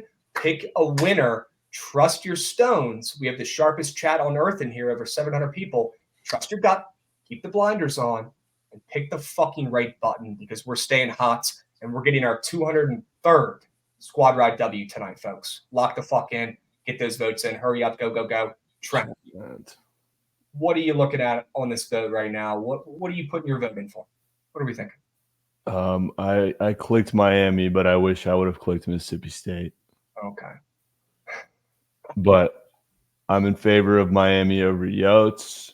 I'm surprised to see that many Miami votes. Yeah, Same on Maybe it was that respect little it. comment I had at the end there saying I fucking love them today. Damn it, chat. Like, I can't put 500 on the Coyotes, bro. I'm going to have to lower the unit. Yeah, you go half unit, guys. 250. You know? Oh, chat, get your votes in. Hurry up, hurry up, hurry up. You got about 30 seconds. It's Miami versus the Yotes ML right now, and it's toit. It is toit. It's a battle. Who's going to pull this one out? I honestly don't fucking know. I really don't. Who's pulling this one out, Chad? You got 10 seconds. Looks like Miami barely has edge. more votes. Slight edge. Hard to tell. Looks like the Yotes are making a little late comeback here. I can't see the fucking numbers on the screen. Mage. And Last it's second. the Yotes on the ML for the squad ride. And Trent is absolutely folding like a Dollar Tree lawn chair in the back right there. He's Dude, we were right there. Put that in the and lava. he's now in REM. He's going back to bed. We just got fucking hooked. Nothing like getting hooked on the squad ride, folks. Love it. We'll You know, see at I got 9 nothing to be p.m. upset about because you know what, Trent? When we lock in those 5 plays on the squad ride votes, we feel great about all 5 of those options, and whatever chat decides, we fucking ride with. 0 doubts. It's the Yotes on the ML tonight. Do not be fooled. Do not fear. Do not waver from the plus chicken. We lock it in tonight, and we fucking cash on Arizona ML for their first win in over a month. My God, that one's going to feel different. That one's going to hit different. That one's going to be sweet as shit when we see the Yotes pull out a W at home for the first time in over a month. God damn. At plus 155? Sure. Yeah, we'll definitely be I'm night in. sweating this game. I have way too many coins on fucking Matthews to I'm score. Lord. Oh, man. All right. Chat. Squad ride has been decided. Okay. We're heading to the ice tonight. Plus chicken Yotes. All right. Lock that puppy in. Now we got some prize picks talk. Yeah. Since we have no surge stream, let's lab up some PPs. Let's craft. Let's do that. All right. Javon, any back pocket squares to get us started off? Anything looking at you funny? Anything weird besides that Zion pulling look? Yeah, I mean, I like Zion pulling. I definitely would not mind taking Filipowski things today. Oh, I would mind it. I would not. I would mind it, though. I know you would. But, I mean, somebody's got to rebound the ball. And he's coming off of a pretty interesting game against FSU, I guess you could say. Like, he wasn't great, but FSU is like such a weird team for him to match up against just because they're all football players pretty much, big and athletic at every position. So Miami a little different. And he's going to be seeing a lot of Omier, you could only imagine, and the size advantage is there. Somebody's got to grab boards. Filipowski boards. Let me do my lab work here. Do your lab work. See if it's speaking to you. Go check out props.cash. See what they're saying over there. Let me check with my plus EV lords. Check with the plus EV geysermans. See what they're saying. I mean, Javon, I don't hate the rebounds look. Okay, I definitely like that better than the points for sure in this game. Yeah, he's probably going to be catching all those fucking McCain bricks from 3, right, and putting them back. Yeah. I mean, look, it's no secret. Miami, not the biggest team on earth, right? They got Norched Omier. That's about it in the paint. And it's not like Filipowski plays like a true 5 and parks his ass in the paint every possession. He doesn't, right? But 8.5 rebounds against a small Miami team. Omier, not the greatest rebounding threat on earth, right? If I'm expecting Duke to be missing some shots today, not covering, someone's going to have to get those boards, and it's not going to be Omier every time. He's only at 9.5 rebounds. I don't hate the look. I like it. Are they on the road or at home? They're on the road. Duke is. They play like shit on the road more often than not. Recently, they've been on fire. Filipowski minus 120 on the books. Sure. There we go. It's minus 120, minus 125. FanDuel's got it at 7.5, but it's juiced fat to the over. And last time they played, he had 9. I don't know when that was, but I like it.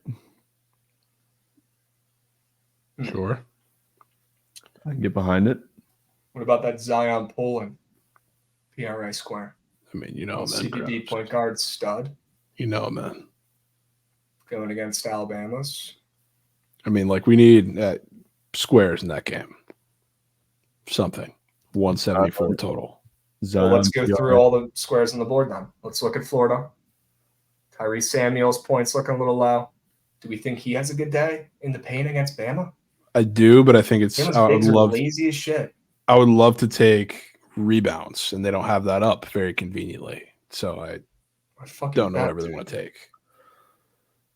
Oh, well, PRA, I guess, would be sort of a loophole around that, but obviously not ideal. Yeah.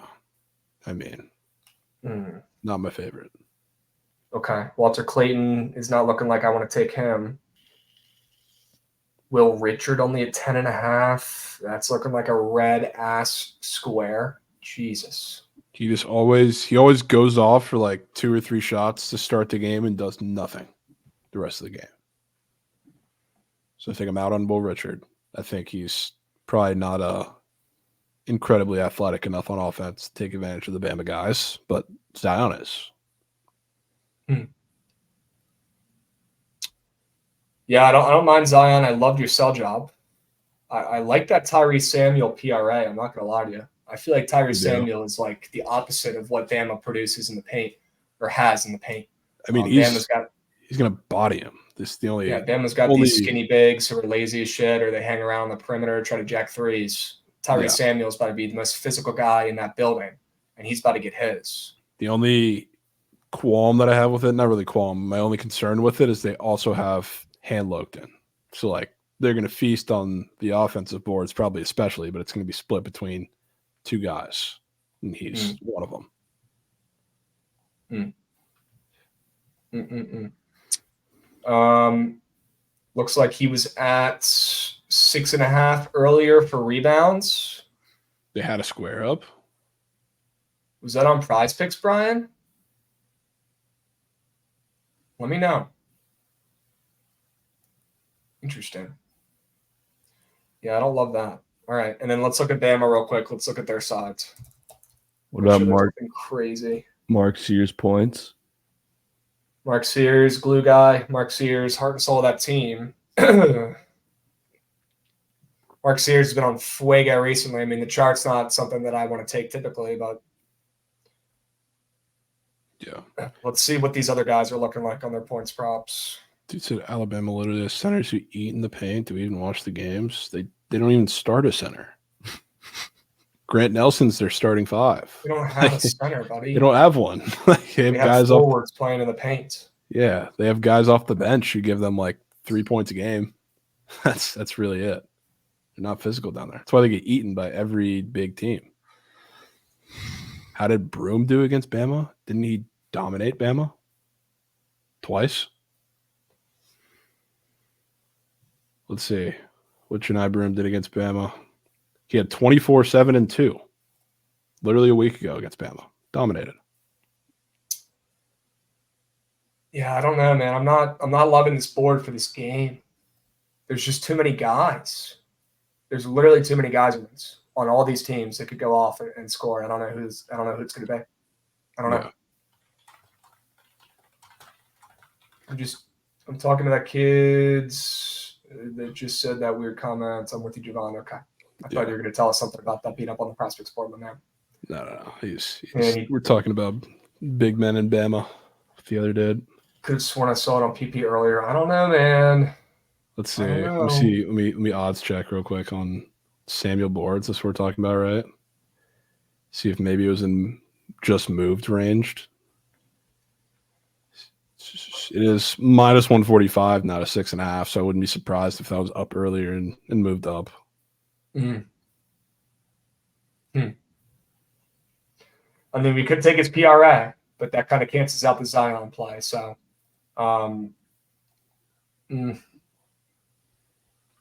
we could fade Jared McCain PRA, and you could stack that with Filipowski rebounds.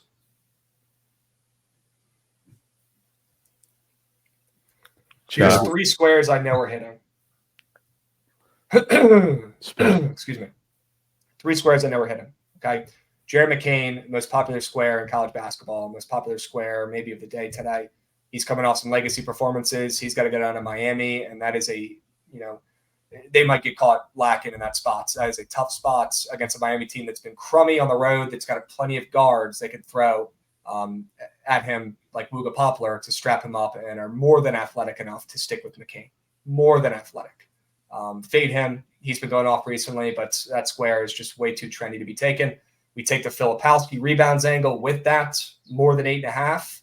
That kind of goes against the Jared McCain angle too, right? If we're fading his rebounds, someone else has to get them, right? The rebounds are involved there with the PRA. And then, of course, that Prize Pick Specials fade, which is going to be tough to get you boys to get behind. As we get the Pickett guys in here. What's up, Pickett boys? Holding down the YouTube. Sure. What's up, beasts? Lionel Messi and Austin Matthews, less than 1.5 goals. Combo. Dude. Those are 3 squares I know that are hitting, whether you like them or not, whether you take them or not. Just got to get that out on record. That is a that square smells like fucking Curry Ionescu unders, bro. Does it though? I feel like me and Trent each have a bet on the opposite side of each guy in that square. I feel like we cannot put that in. Okay. Wait, what? So I mean, Javon's got that freaking over kind of, and Miami, Messi ML. Like I respect it. I respect it, Krabs. I think it could be a personal nuke. But what are you trying to prove here, man? Remember what happened with Tiger? Yeah, it was a fucking rat shit wage. Remember what happened with Tiger? I don't. Nobody talks about the winners, though. They only talk about the losers because they're way easier to pick out and they're fun to make fun of. But nobody talks about the winners. You know what? Nobody talks about the $20,000 I had in my Prize Picks account. It's way more than anyone else. No one talks about that. Yeah, I mean they hit a lot more than they don't. The fades do. They just talk about roasting the ones that lose because they're so easy and they look so stupid. Nobody talks about the winners. Also, I would be so much more down to fade this if this didn't just happen. Yes, dude. Prize Picks owes the people today, bro. Yeah, the tacos were ratchet yesterday, as you know, because you faded the esports one out of nowhere in a slip. So they got to give them a makeup. Can I throw? All right, we'll leave it out. I'll throw another square into the ring. How about the guy who didn't get to play in the first game. He got foul trouble, and he's going to be the reason why they control the rest of this game and why they cover 6.5 and obviously win this game. What about Tolu Smith? Tulu. What are you looking to take for Tulu? Is PRI? Yeah, I'd probably take PRA. He's going to have to stay in this game. They're going to want to slow it down so they don't get into a track meet with Ole Miss again, because that's not the game they want to play, and they got to play through him. So if he stays on the court, I mean, he's the reason why they're going to win this game comfortably. You don't want to just isolate his rebounds? Why would you want to isolate his rebounds? Can you sell it up? Because this game reeks of an under. I mean, I don't have a problem with it. I feel like he's going to get 15 rebounds, and this game is going to be the first team to score 50 points wins. Like, it's going to be just the worst game of all time. The totals drop in. These teams' offenses stink. Ole Miss finally coming back down to earth a little bit. Mississippi State's, their offense has gotten better this season, obviously, after they only shot in the all season. They talked about that. They only practiced offense, and they've gotten a little bit better, sure. And Tulu Smith, I guess, would be the guy to do it. But I'm not in a rush to bet anyone's points in this game, really. I'd be down to fade an Ole Miss guy's points potentially, but Tulu Smith rebounds, I feel like he's got 10 already. The game hasn't even started yet. I just feel like it wouldn't matter. It won't matter for this one specifically, but I see your point. I wouldn't mind going with rebounds if you're tied to that.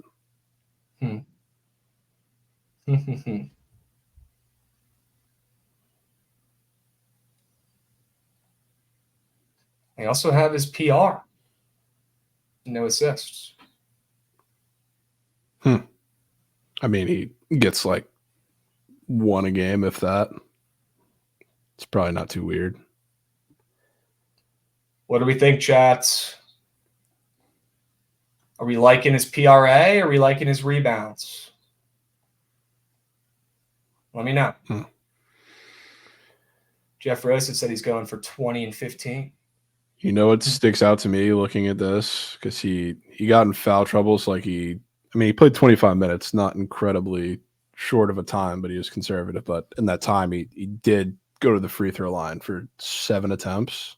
So, maybe a mismatch there where they're forced to send him to the line, especially if, I don't know, even if it's an under, I feel like he's the guy they're going to have to go to in this type of game. If they're struggling to score, it's like a throw it in the paint, let them cook situation because they're small. You want to go PRAs? Go PRA. I think he's probably going for 20 and 10 too. So we win both ways. Chat, I'm officially locked in on Rose's POD for 500. And depending on how that goes, will dictate how we roll it over onto the Yotes. But Mississippi State minus 6.5. No, W. That plays hitting. And this guy is why. Tolu Smith. That's our guy tonight. It's our guy. If they're going to cover, win by 7, it's going to have to be through Tolu. Dude, why is Norchad Omier up for a 3?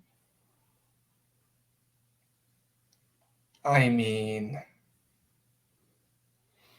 he ain't hitting a fucking 3 today, bro. I know he's had a couple recently, but if you guys have watched this Miami team play, Norchad Omier ain't be jacking 3s at all. Maybe they put him up because he's hit a couple in the last couple games, and I'm even on Miami in the spot. He ain't hitting a fucking 3. Who's about to be shadowing him? Is it about to be Filipowski probably? I would assume they would switch for a good bit, depending on – I guess it all depends on if Pack plays. Kind of changes a lot for that lineup, but probably see a good bit of Mitchell too, I would think.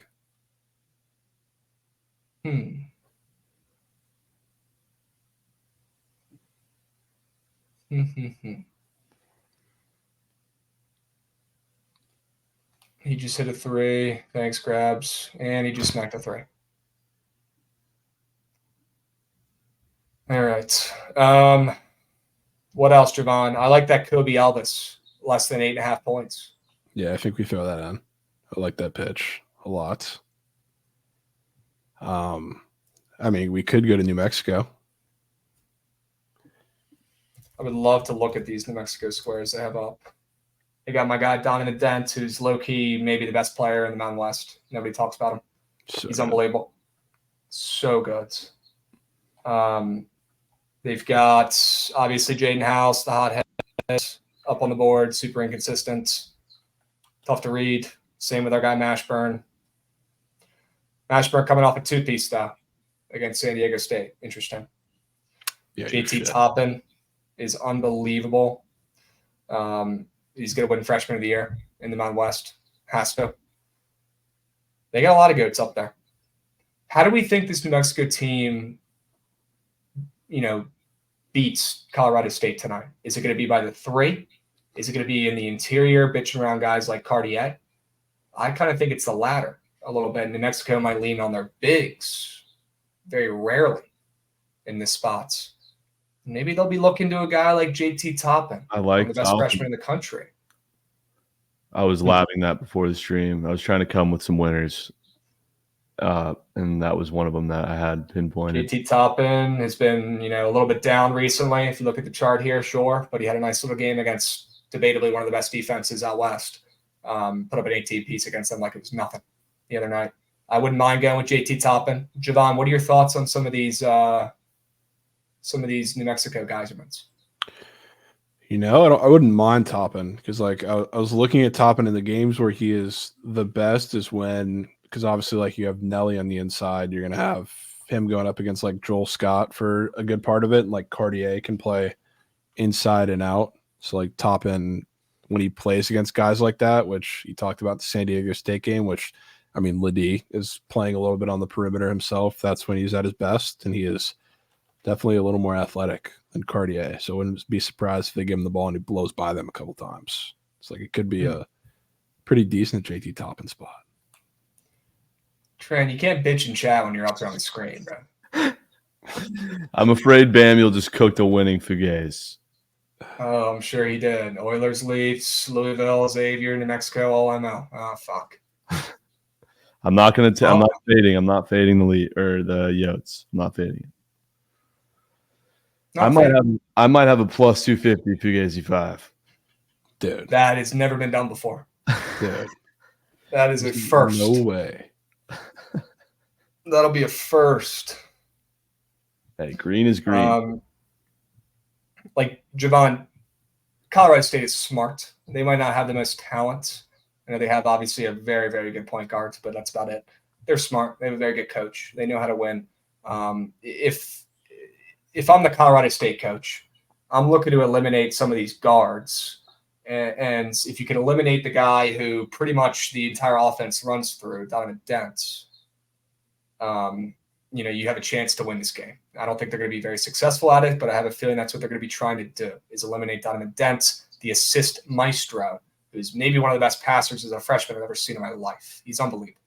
I'd imagine they're going to go after him plenty in this contest.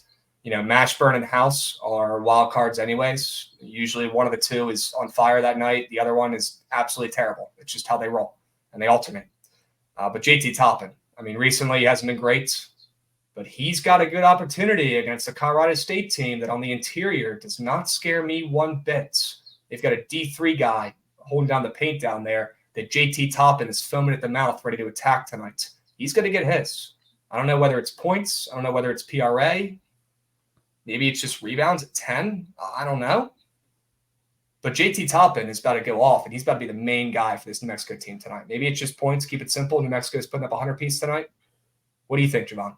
So what if I happen to tell you I'm looking through JT Toppin and what he did first time around? Because first time around, he had 17-11 against Colorado State. The entire first half is what I just went through manually, and he made 5 shots in the first half. You're talking about Donovan Dent and how they're going to send a lot at him and kind of make him get rid of the ball. And he's a great passer. You know how many of those baskets were assisted by Donovan Dent? All of them?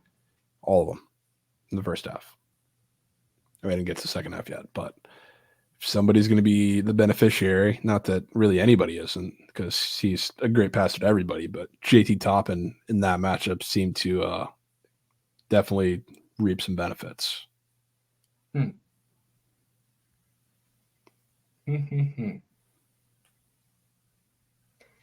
Points. I think it's points. I think it is. Somebody in chat said minus 125 to the over right now. That's WCLB, boys. Yeah, to be honest, I mean, in college basketball, the odds don't even matter. It's just like, just take the reads. That's what I've learned. Nick Elliott, dude. Demko was a shit fucking wager. I don't know what else you want me to say, man.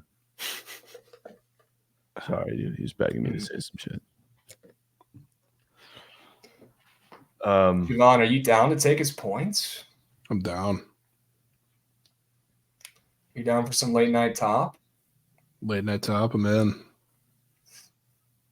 JT top in more than 11.5. 10 p.m. Easterns. Late night geyser. That pairs with Trent's. Is it a 5U whale? Is it a 1U whale these days? You got 500 bones on their spread? 2 years. 2U whale. Sure. Responsible. I'm trying to be responsible. I'm way more. I just fucking hate paying bookies. I hate paying bookies more than fucking anything. I think we all do. It's just, it grinds my weird if you liked it.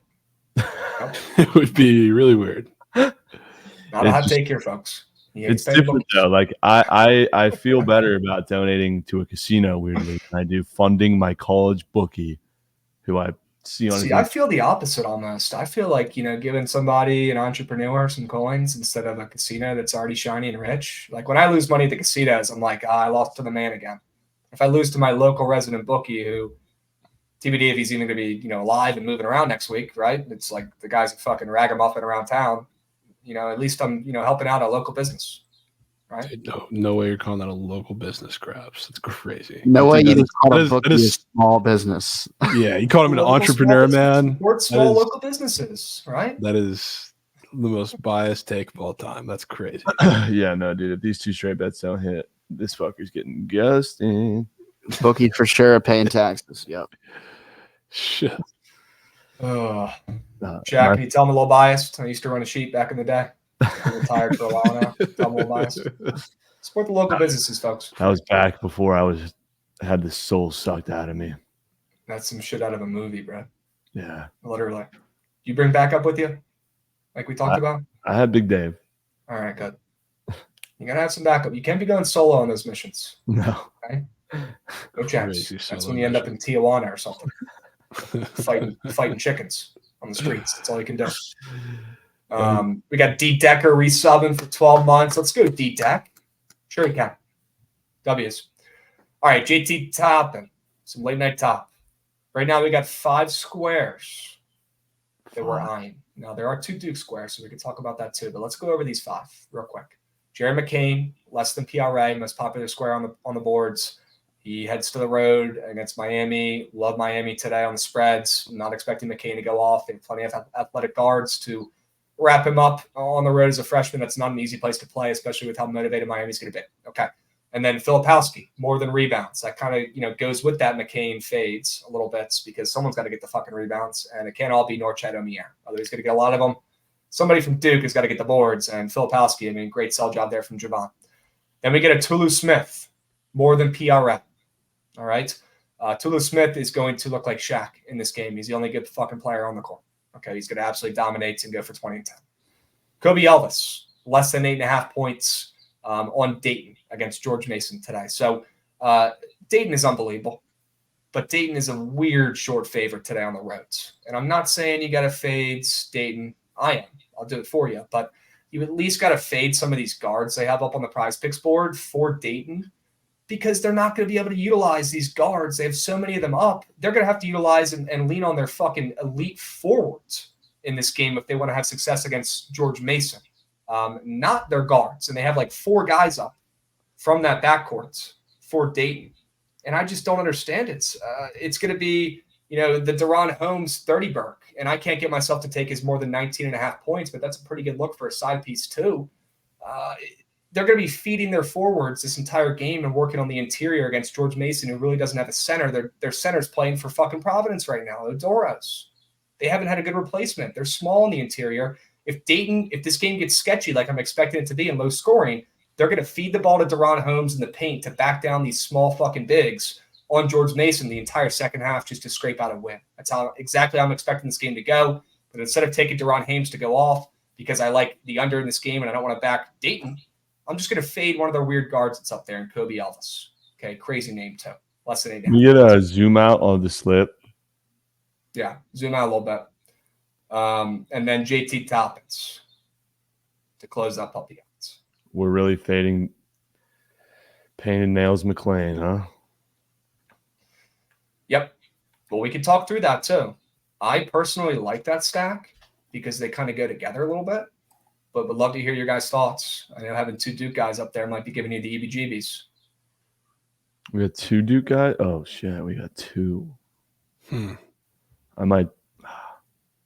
I feel like taking McCain out and putting it as a 4-geyser Yes. is speaking to me. Not opposed. Not opposed. Keeping the fading the most popular square on the CBB board out of there. Pair that with your under goals, and that can be your specialty 2-piece. And then if that hits, you guys don't get to bitch me anymore the rest of the week. Deal. Yes. Okay. Deal. Oh. That seems Look, it's easy to make fun of those squares when they're loose. It really is. Anyone could do it. A baby could do it. No, I take some of those squares. I'm with you. They do hit though. They do hit. We can take that out for this though and make it a 4-geyser. We don't need 2 Dukies in here anyways. I meant to bring this one up to you. Okay. Quincy Anderson, less than 1.5 3 points made, fully green. He played a while back, had his worst game of the season with 2 points. Huh. Good. Well, oh shit, my bad. let's see. Where is his ass? I They have mean, so many 3 squares up today. Holy smokes, they're putting their NBA guys on the fucking CBB slate today. I'll be honest with you. A-team up there. As green as that chart looks, and as much as I want to fade it, I'll just be completely transparent. Fading squares like this don't hit on prize picks in CBB. Fading 3-point squares like this don't fucking hit. They haven't yet this season. Trust me, I've been taking them. Life is better when you don't fade these. Okay? They don't hit.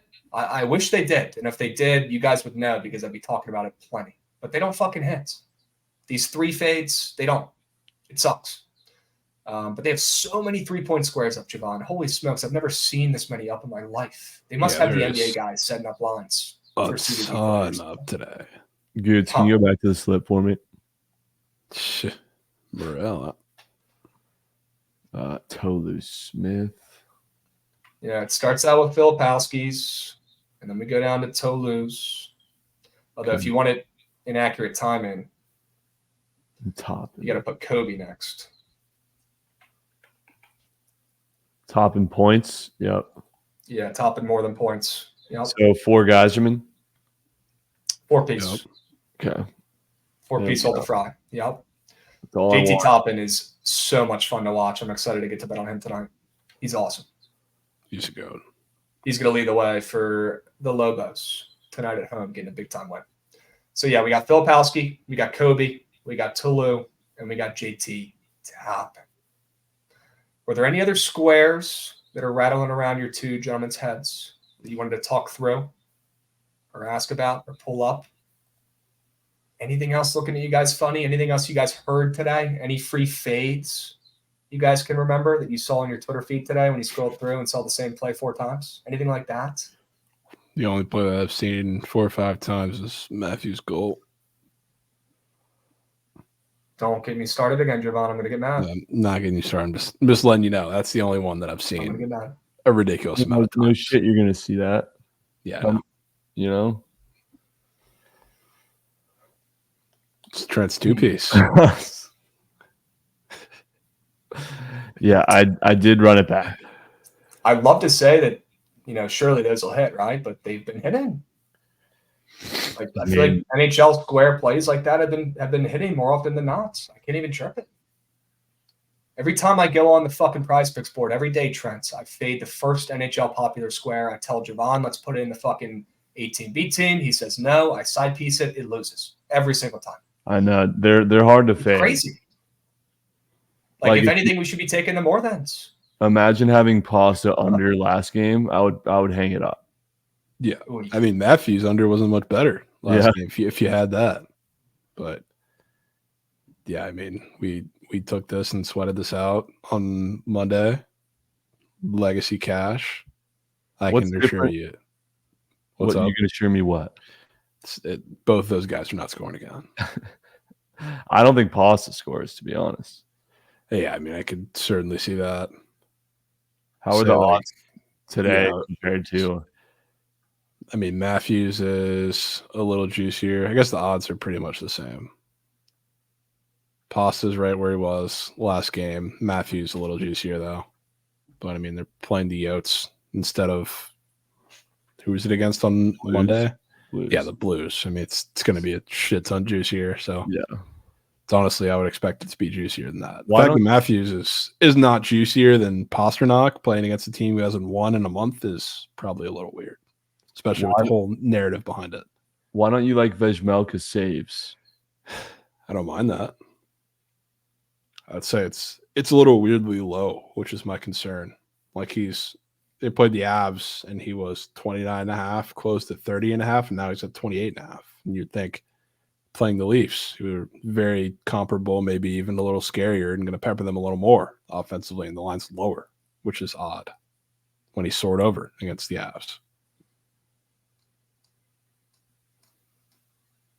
So I don't know. Chat, click this link if you want to tap in with me. Is that the four geyser? No, I'll drop that link in a sec. Tell me that's not the 2-piece. Chat, just go ahead and click that link. Tell me what you see. Dude, what is that link, man?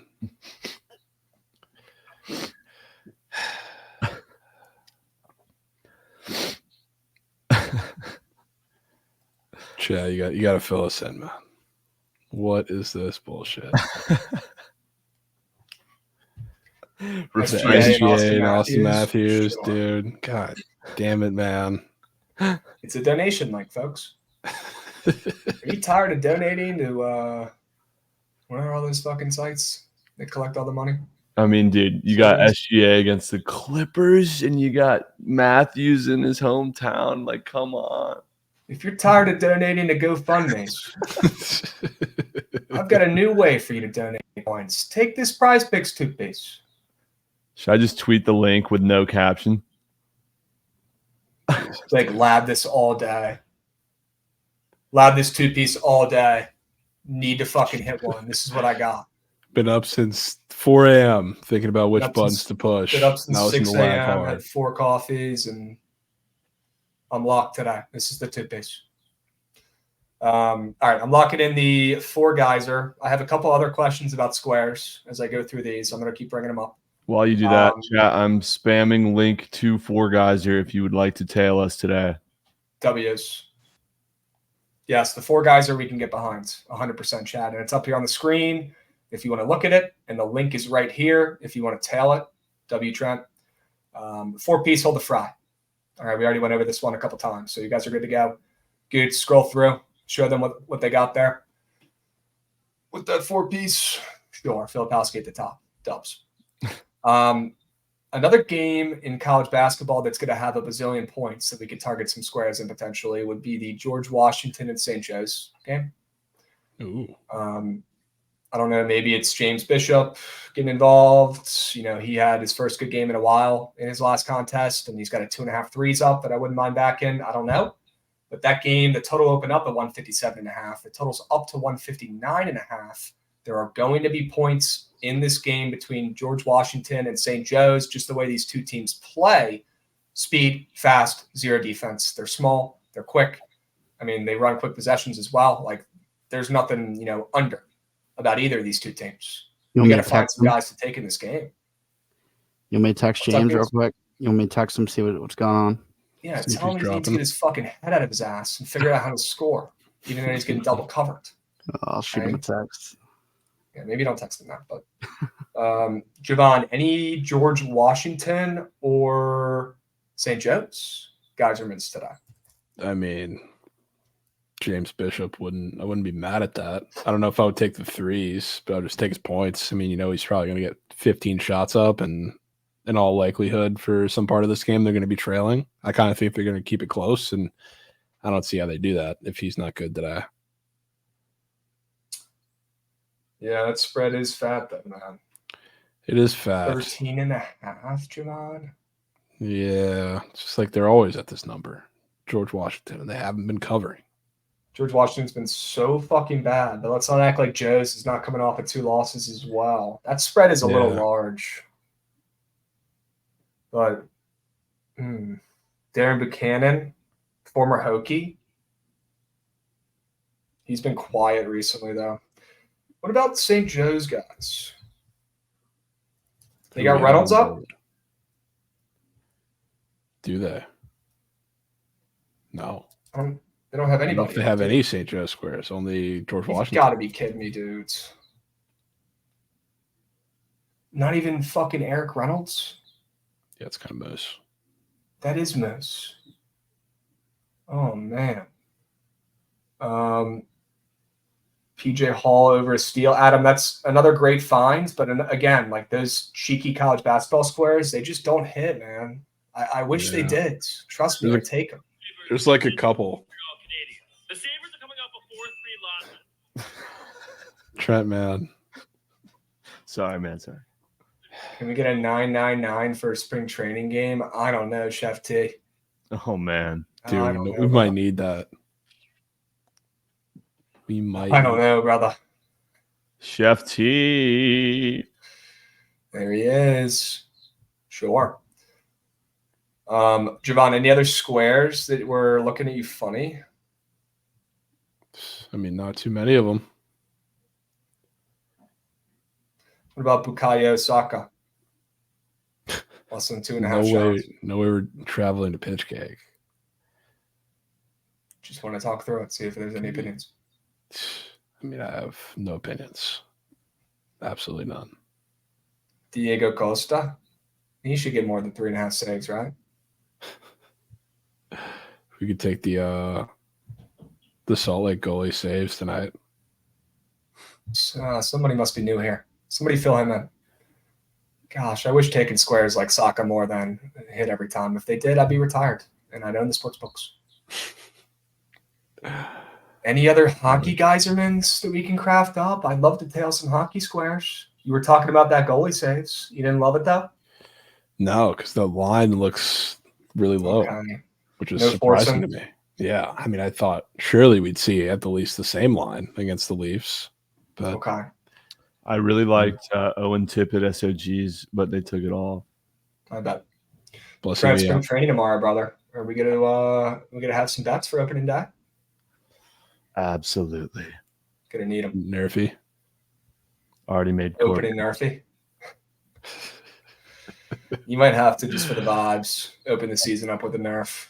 You kidding me? 2:00 start time. Oh boy! Wow. It's in Puerto Rico.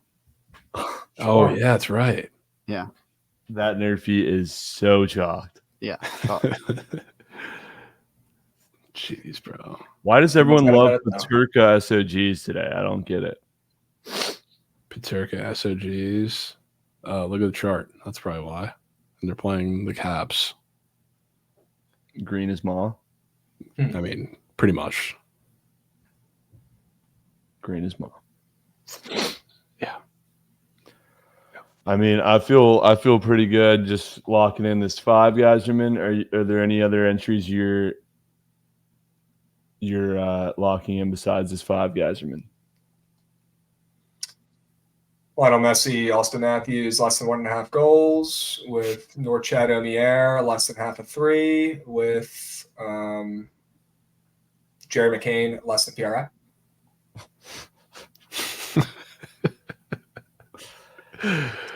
People just be hating. I wanted to say Krabs is bad. It's crazy how many people just hate my guts. And you know what? I hate their guts. That sounds like Leafs fan verbiage. That could be Leafs. If Leafs actually had a real job and didn't work for his wife, maybe he wouldn't be having this much free time to hop back in and make burners. You know? I mean, I could not get out of bed in the morning if I had to wake up and work for the wifey. That's just all-time beta move. I'm Crazy. All time. to college. All time. Chat, these are the plays from yesterday. Since you all think I'm the worst better of all time, 5-0 on my deathbeds. Yeah, I wish Play I hits. tailed. Okay. Deathbed crabs, Diffie. All the bets don't lose. Remember, they're just easy to remember because they're the worst scores of all time when they do. Yep. Okay. Oh, What does the picket look like right now today? Pickett's looking fucking sharp. Like, what do we have locked? Oh, nothing today locked. Nothing locked today, but I'll tell you what I 100% will have locked. It is George Mason plus 2.5 on the spread against Dayton. It's Miami plus 6.5 on the spread against Duke. 2 system plays. Looks like Bama, Duke, and Kentucky boosted on FanDuel. Yeah, that should have. I will definitely be on UTSA plus 5.5 I at think home. that was someone's play of the year. Was that Shady Beeb? Play of the year. No, please I mean, tell me he that's says not. that every day, but Yeah, I it does. know. But I'm really liking UTSA against South Florida. South Florida coming off their Super Bowl. And then Jacksonville State minus 6.5 or potential ML parlay pieces. We got a lot of favorites as well that I got to work through. I got to deal with Cincy. I got to deal with Mississippi State. Although that might end up just being a straight bet. But I got to figure out what to do with these big time favorites like I did yesterday because I picked the right ones to parlay yesterday and then I let the other ones rip straight and they all smack. So got to really look at these and see where the lines are moving. I don't know if I'm going to join Javon on that pitch cake or that I wish him the best of luck. What time Didn't does that expect start you to. tonight? 8 p.m. Eastern, I think I heard. Yeah, I believe so. Earlier. Yeah. I mean, that will be a cool game, right? Messi, Miami, first MLS game of the season. So if you're going to bet or watch a MLS game, that probably would be the one. Plus, it's you're kind of betting against them a little bit because you need RSL to score to do it. I'm betting That is true. pretty much that they're going to score first and make Miami chase the game. So it could be like you could be happy to fade Messi because it's kind of what you're doing. Do we want a college baseball play? Do you have one? It's a very simple sell job, but yes, sort of. Jared. Vandy lost to Dayton yesterday. They gave up 7 runs in the 8th inning. They played today against Eastern Kentucky, and they're minus 5.5. They're winning by 20. Jesus. Wow, you could be so tapped, Goods. Yeah, they're not Crazy. losing that game. Yeah, no shot. 5.5. They're minus 9. I was gonna pitch it as a bozo pack, but like it's minus 920 on the ML, so it's not really No. I mean, yeah, Eastern Kentucky is fucking rat shit, dude. rat meat. They're so bad. One thing I've learned over the years, Crabs plays are not for the faint of heart. Yep. This is also true. Mercy rule they void, so let's not win by No 20. way. It is a midweek by 10. game. That's right. That is a ridiculous rule. Yeah, it's ridiculous. You're telling me if you take a team to cover a fat fucking spreads and the game gets slaughter ruled, Yeah, your bet doesn't hit? why not? it's just So a plus weird 7. books rule. It's because they say you have to play 7 innings or 9 Yeah. innings or whatever. the fuck Maybe it if is. you work with your Fuck small that. business bookie and local, like you can figure that out, but Maybe. not with the green books. Siobhan, Yeah, you it's missed out on tailing some plus EV plays, bro. What plus EV plays? I've got so many slips locked in for tomorrow. I tailed one that you sent. I think this is the one. Is it the one? I tailed the first one. This shit. Look at this shit, dude. Hold on, let me click link. Dude, where are you gonna splooge over bumps again? Look at us. Oh my god. Well, you got a lesson in there though. Okay. Yeah. Okay, I'm listening. Joel Scott. Yeah, That's tonight. we're rooting for That's Joel. right. Oh God, are we? I guess we have to. Well, I mean, shit. Yeah, he's on Colorado State, right? Yeah, Yeah. you just Fuck. put $500 on the opposite side. Fuck. I mean, it's not like that game's gonna be 50-50. There'll be plenty of points in that game, bro. Even if it doesn't go over, there'll still be plenty of points. Yeah. Oh, I think we'll be all right. wow. Was that a 5-piece too? Every single leg moved? Yeah. Okay. It's not going to hit, but at least you'll feel good No, about it it. won't hit. It won't hit. I've learned It won't. that Shit does not fucking matter one bit. Does CLV matter in prize picks squares? I don't think so. I think you just got to pick green and reds. I don't know. Yeah, I mean, I could Well, literally. that's probably a question for you, but I could show you. I can tell you just from what I've been doing recently with college basketball squares, just specifically, you are so much better off taking the ones that have worse odds than ones that get bumped. like So it does just not some- matter lately. Some plus EVK, come on down. I got to sit Yep. here for 4 days and look at this fucking. there's no way you Yeah. put real money on MJ Collins to score points. That guy went a month without making a basket this season, Trent. Yeah, that's Yeah. the thing with. He is plus the EVK. worst shooter I've ever seen in my life. Yeah, Trent sent me that one. I bet They don't know ball. They just know value. there's no odds. Yeah, but you You got to know ball too. got to put them to. If you're gonna be a freaking plus EV nerd, you got to at least take squares that also are nasty or or good sports brain squares too. You can't just take every square that's plus 130 on the box and pair it together because that shit ain't gonna hit. If y'all want to ride with Free Coin tonight, Ooh. yeah, Free Coin has a little 4-man that I've locked in. So I have Free Coin's 4-man, BTL 4-man, Sure. and Matthews Whale, but that's Free Coin's entry. Evander could be air. Evander could be a doink, bro. That could be so air. That's such a game where he just goes around and hits dudes. Yeah. Can I call the number for him on his behalf? I just might have to. Yeah, Kane might be air. He's a community now, though. Oh, GG. I mean, there's only Yeah. how many games? What's going to be a community, man? You know? Yeah. He's not even. I don't even see him on the popular page. I think we're good. Oh, we're I'll take those. shocked Matthews' goal is not up there. Well, because how long has it been up there? Yeah, not too long. Yeah, These that's plays have probably- been up since last night, so yeah. Yeah, you'll probably see it creep its way up there very soon. Trent, bro, your eyes looking a lot better. It's Yeah. there. Definitely looking better. It's making a comeback. Getting there. That's 100% from vomiting. Yeah, it has to be. My head was in the trash I've had can. that happen to me before. It's not ideal.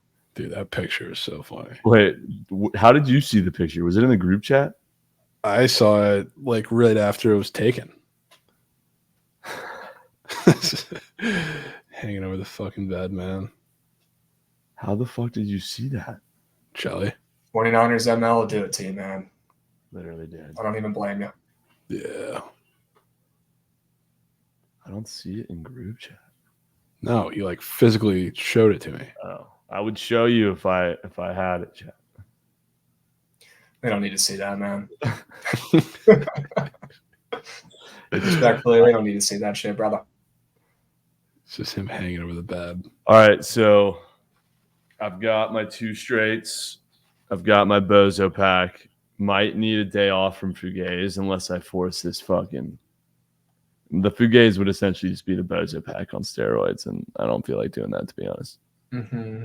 Yeah, Yeah, your it would responsibility. really only be college basketball plays because the NHL favorites are cookie today. But I do have a nuke on Matthews and SGA and Matthews and Pasta, so prayers up. Yep. Austin Matthews legacy game. Just one, and he can be rat shit the rest of the game. I don't care if the Leafs win. I mean, that would be if we get a Matthews goal and a Yotes win, that would be a fantastic night for everyone. Totally fine with that. Yeah. Totally fine with that. Let's make it happen. All right. W What else we got, streamers. Chad? I don't think Can't we. stream anymore. I think we just try and survive today. Yeah, get Yeah, I back to it need- tomorrow. If we can go up tomorrow, if we can go into tomorrow up fat, I will be so hyped. Tomorrow, Surge Stream returns. Yeah. W's. NBA returns. Huge. Huge. One We more. got to bet on some be- professionals. You're gonna have to be your sharpest tomorrow on the NBA board. You know, people have been waiting fucking 4 days to get back to that board. Can't be taking And both. it's going to be all cake. Yeah, it's gonna be a lot of cake. There's a lot of NHL games tomorrow as well, though. Are there? It's Are gonna there be- now? Yeah. Ish, day 2 tomorrow. So ready for it. Day 2. You get Padres ML tomorrow as well. No. Oh my god. Yes. Wait, hold on. Yes. Chemist had a sell job that I needed to run by you guys. So, for a goat whale square. Mhm. Talking Dodgers wise. Hey, get back in here. Instead of picking one goat, why don't we root for Mookie, Freddie, and Shohei by taking Shohei RBIs?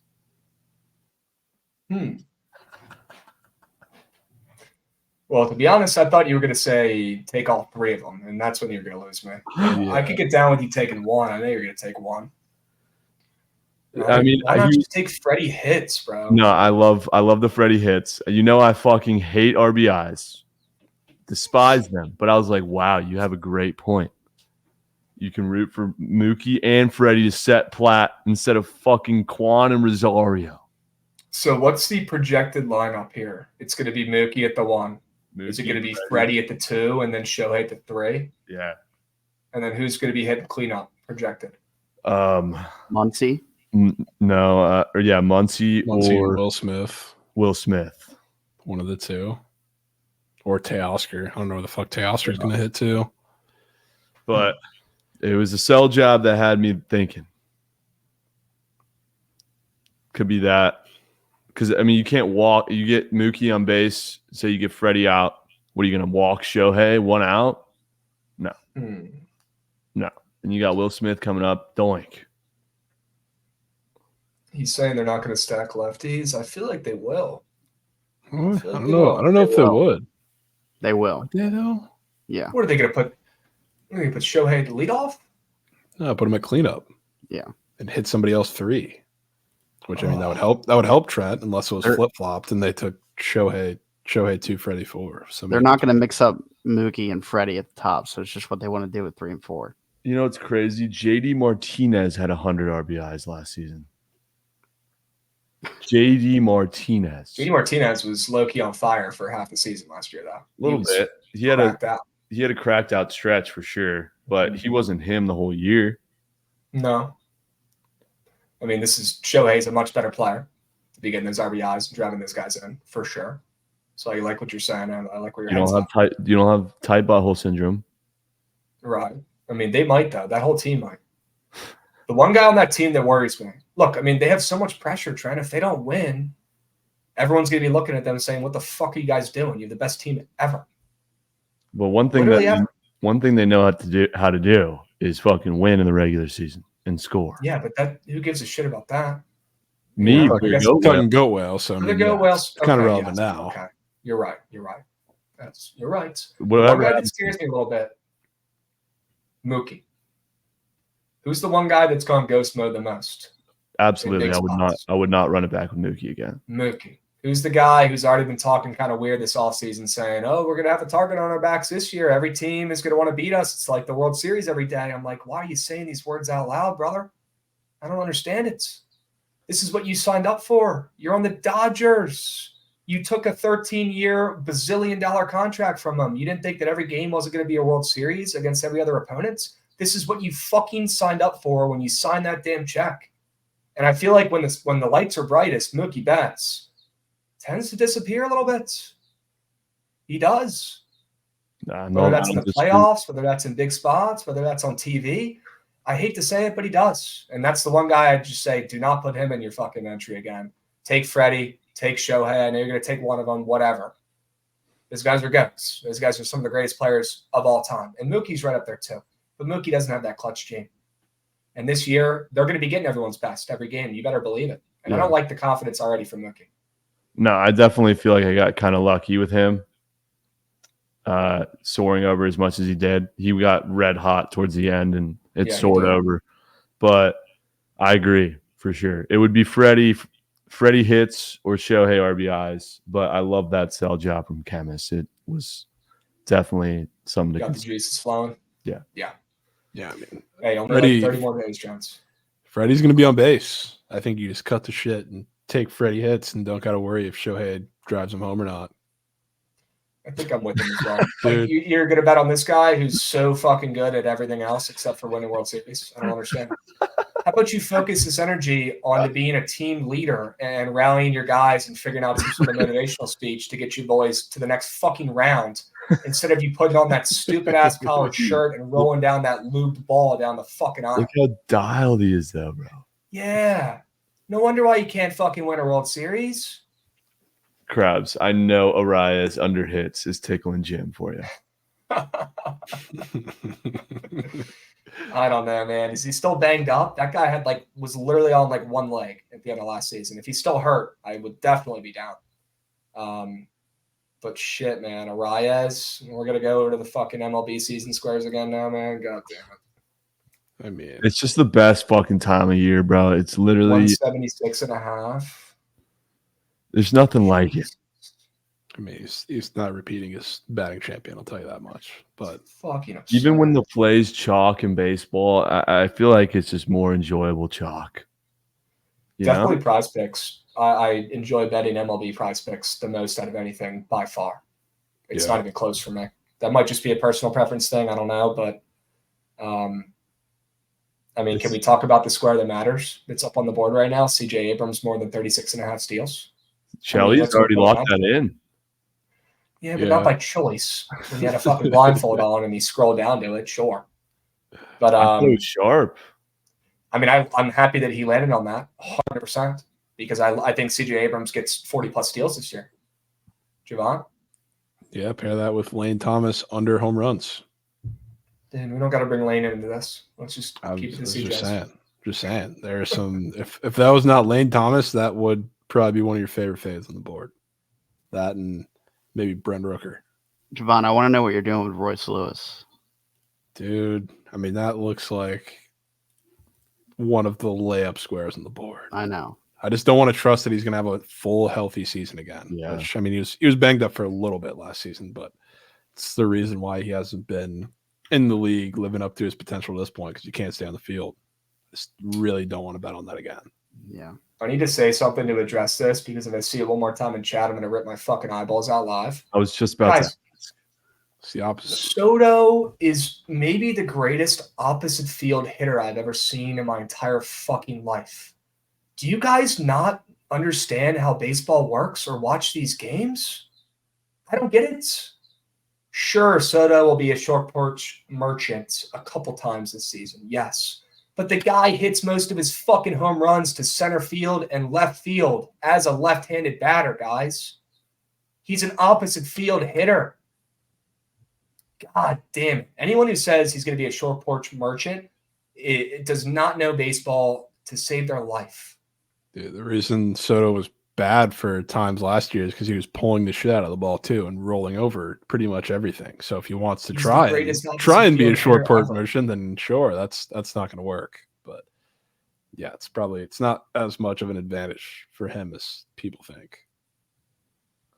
Fuck the Yanks, bro. You'll never see a goat whale from the Yankees in my slip. You're goddamn right. Never. Unless center is extremely deep. Yes, it is. That it is. Yes, it is. Yankees to win the World Series, I bet, Danny. Plus Shit. 900. Might as well take PODP. It's POD. Aaron Judge to lead baseball and home runs this year. Plus 500. That should hit. There's another way to fade the Yanks if you want. The Yanks are favorites to win the AL East. Orioles Whoa. right behind them, baby.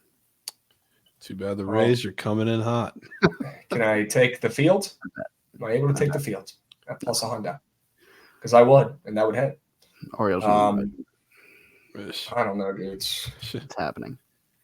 Krabs, There's what are no you, Rays even on the board, Javon. Randy's on the board. But Krabs, thoughts about on now.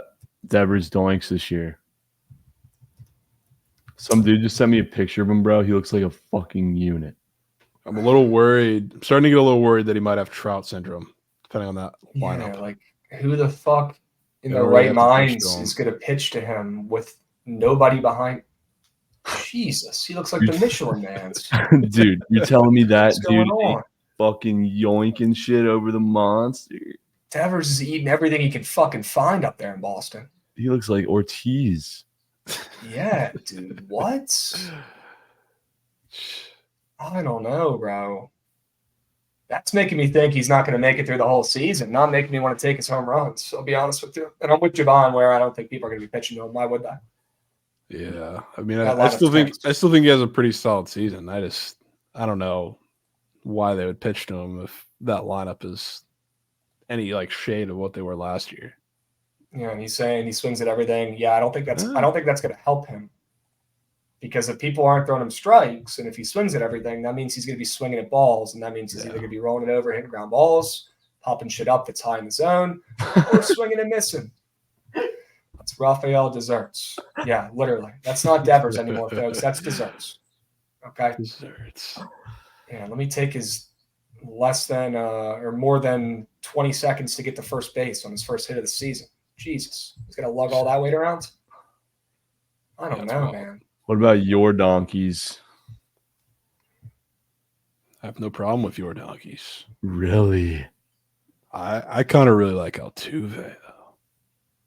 That's the guy that I can't stop looking at if we're talking about goats. Him and Manny Machado looking at me dead in the face. Bro, you telling me that ain't fucking hitting, dude. Definitely get behind the Machado look. Get Love that angle. Dude, I think Machado is going to make an MVP push. Love that angle. That four guys don't hate Mm-hmm. that.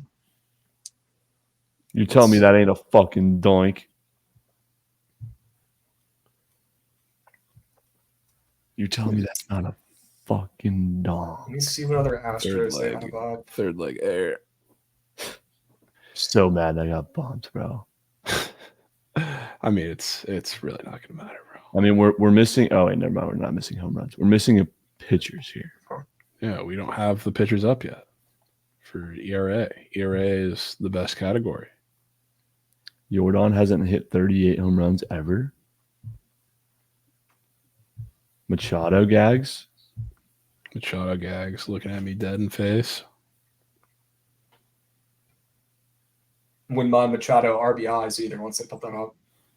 I just think the Padres are going to bounce back this season. No Soto, no expectations. They fucking folded the last 2 years, right? Nobody's going to believe in them this season. Still have a lot of good pieces. They do. And Machado's got something to prove as well. I like his RBIs or home runs, whatever the fuck you want to take, but something, Machado. He's going to be back this year. Free coin, bro. Everybody has the same mindset with Trout. I'm afraid he's going to hit 35 gags and maybe play half the year doing it. Nicky Gambles, I'd asked to put him up, but last time I asked to put a square up for this in this category, they put up Joey Meneses 4 home runs higher than he actually was on the books, and that shit didn't even come close. So, my man's had 5 homers last year. Bless his heart. I don't know what the fuck they were thinking setting that line, but no, I'm not going to be asking for Eddie Nats to be put up here. We've got enough already. We've got Mackenzie Gore. We can back for fun. CJ Abrams. We can back for fun. I'm not going to be in a rush to ask for Fetty to get put up there. If I did, I'd be taking his more than ERA. Spencer Steer on board. Imagine we get Steer and then go well, man. Never get first time I tailed Javon with Spencer Steer home run and cast a plus 50,000. That's ridiculous. Insane. I wonder why he's sticking around. I forget when I realized Javon was him. I forget who it fucking was. It was some guy I've never heard of to hit a home run, and he fucking hit one. I think he was on the A's. Had to be Noto.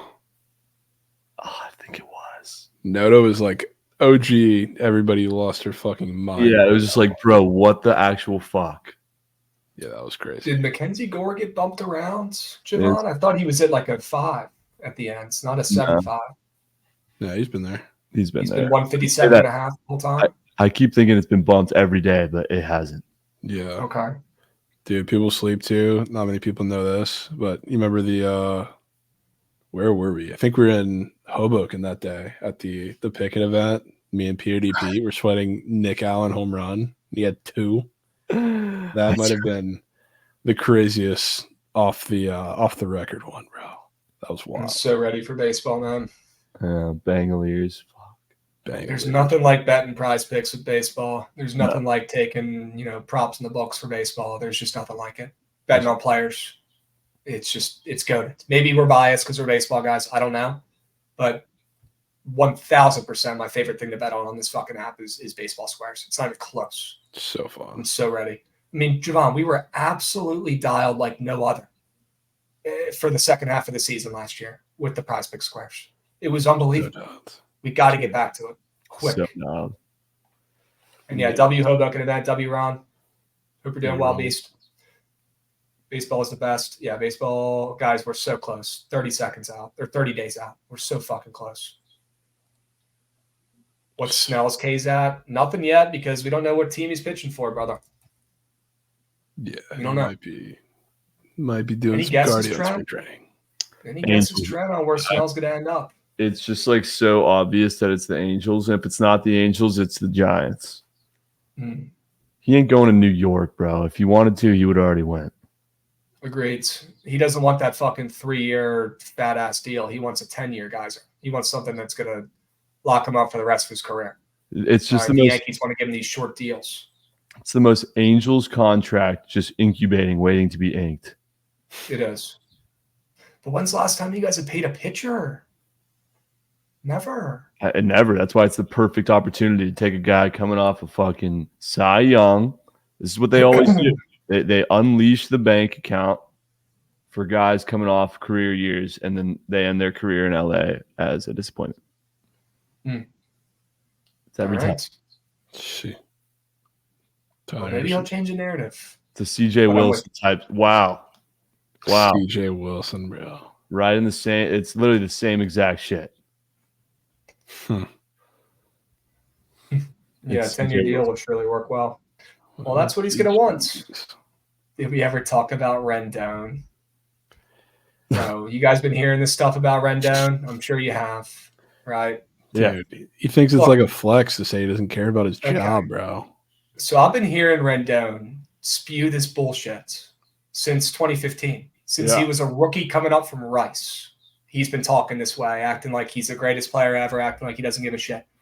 And that's cool and all, and that plays, and that's funny, and people laugh it off, when you're one of the best hitters in baseball, when you're winning a World Series, when you're leading your team to a World Series. That stuff's cute and all that, right? But when you don't play, when you're on one of the richest contracts, one of the worst contracts in baseball, and you don't fucking show up because you're hurt every goddamn day, and then you act like you don't give a shit, that's when you lose people, and that's when you just sound like a cocky prick that nobody likes.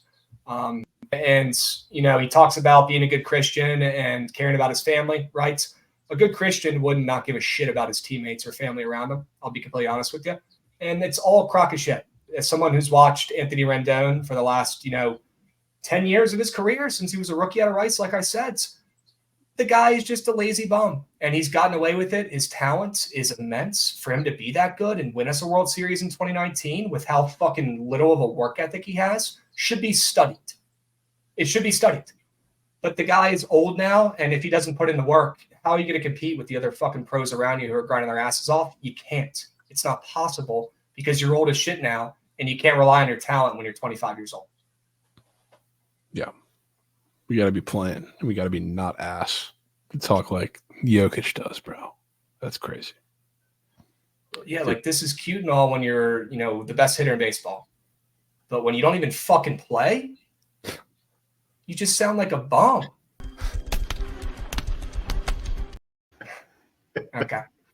I don't get it. This shit pissed me off. But this is stuff I've been hearing, for years. 18.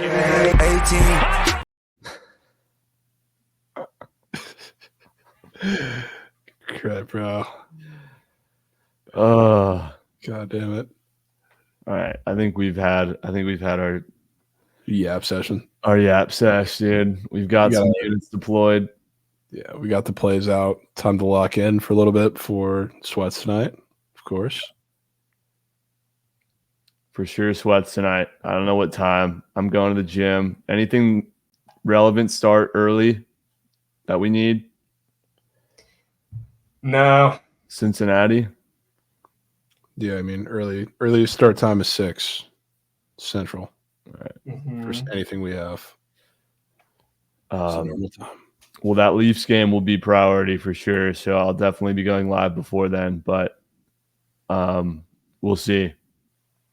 Definitely will be going live though, 100%. Yeah, we'll be tapped. Thought Night Sweats hung him up. Sure. This time tomorrow, you'd be sweating nervy, huh? Yeah. Chat, quick recap. I have 500 on Mississippi State, 500 on New Mexico, and 500 on a 3-piece Bozo pack. And then Javon and Krabs' 4-man PP entry that I will spam in chat. And a Matthews goal. That could be it. Sure. You lost me at the Matthews goal, but everything else I'm in. W card. All right, there's a link. W Trent. Lock this 4 guys are in chat. We crafted this puppy up, signed, sealed, delivered just for you guys in chat. So tail this 4-piece. We'll meet you at the cash counter. Okay. Trent, firing up sweats tonight. All right, chat. So stay posted. You're going to get the little notif. All right. If you guys don't follow the Book It Sports Twitch, if you don't follow the Book It Sports YouTube, what are you doing? Go subscribe to the YouTube. It takes 1 second. And I'm sure you guys are already followed and subbed up to the Twitch page as well. Okay. Make sure you guys follow that puppy. Going live tonight for some sweats and some winners. All right, Trent. Let's hope that your guy gets a goal. No way he doesn't not score after you get him asked to be put up, and he looks like the greenest square on earth, right? Yeah, I hope he fucking scores. I'm gonna raid Book of Chew. There you go. I got it ready right now. I'm trying. I can do it. Okay, where are you? Choose doing it? live Good, right boys. now. Yeah, choose live. We got to get raid bucket chat. Okay. All right. Click Sure. W's. We'll catch you guys W. same time, same place tomorrow. W.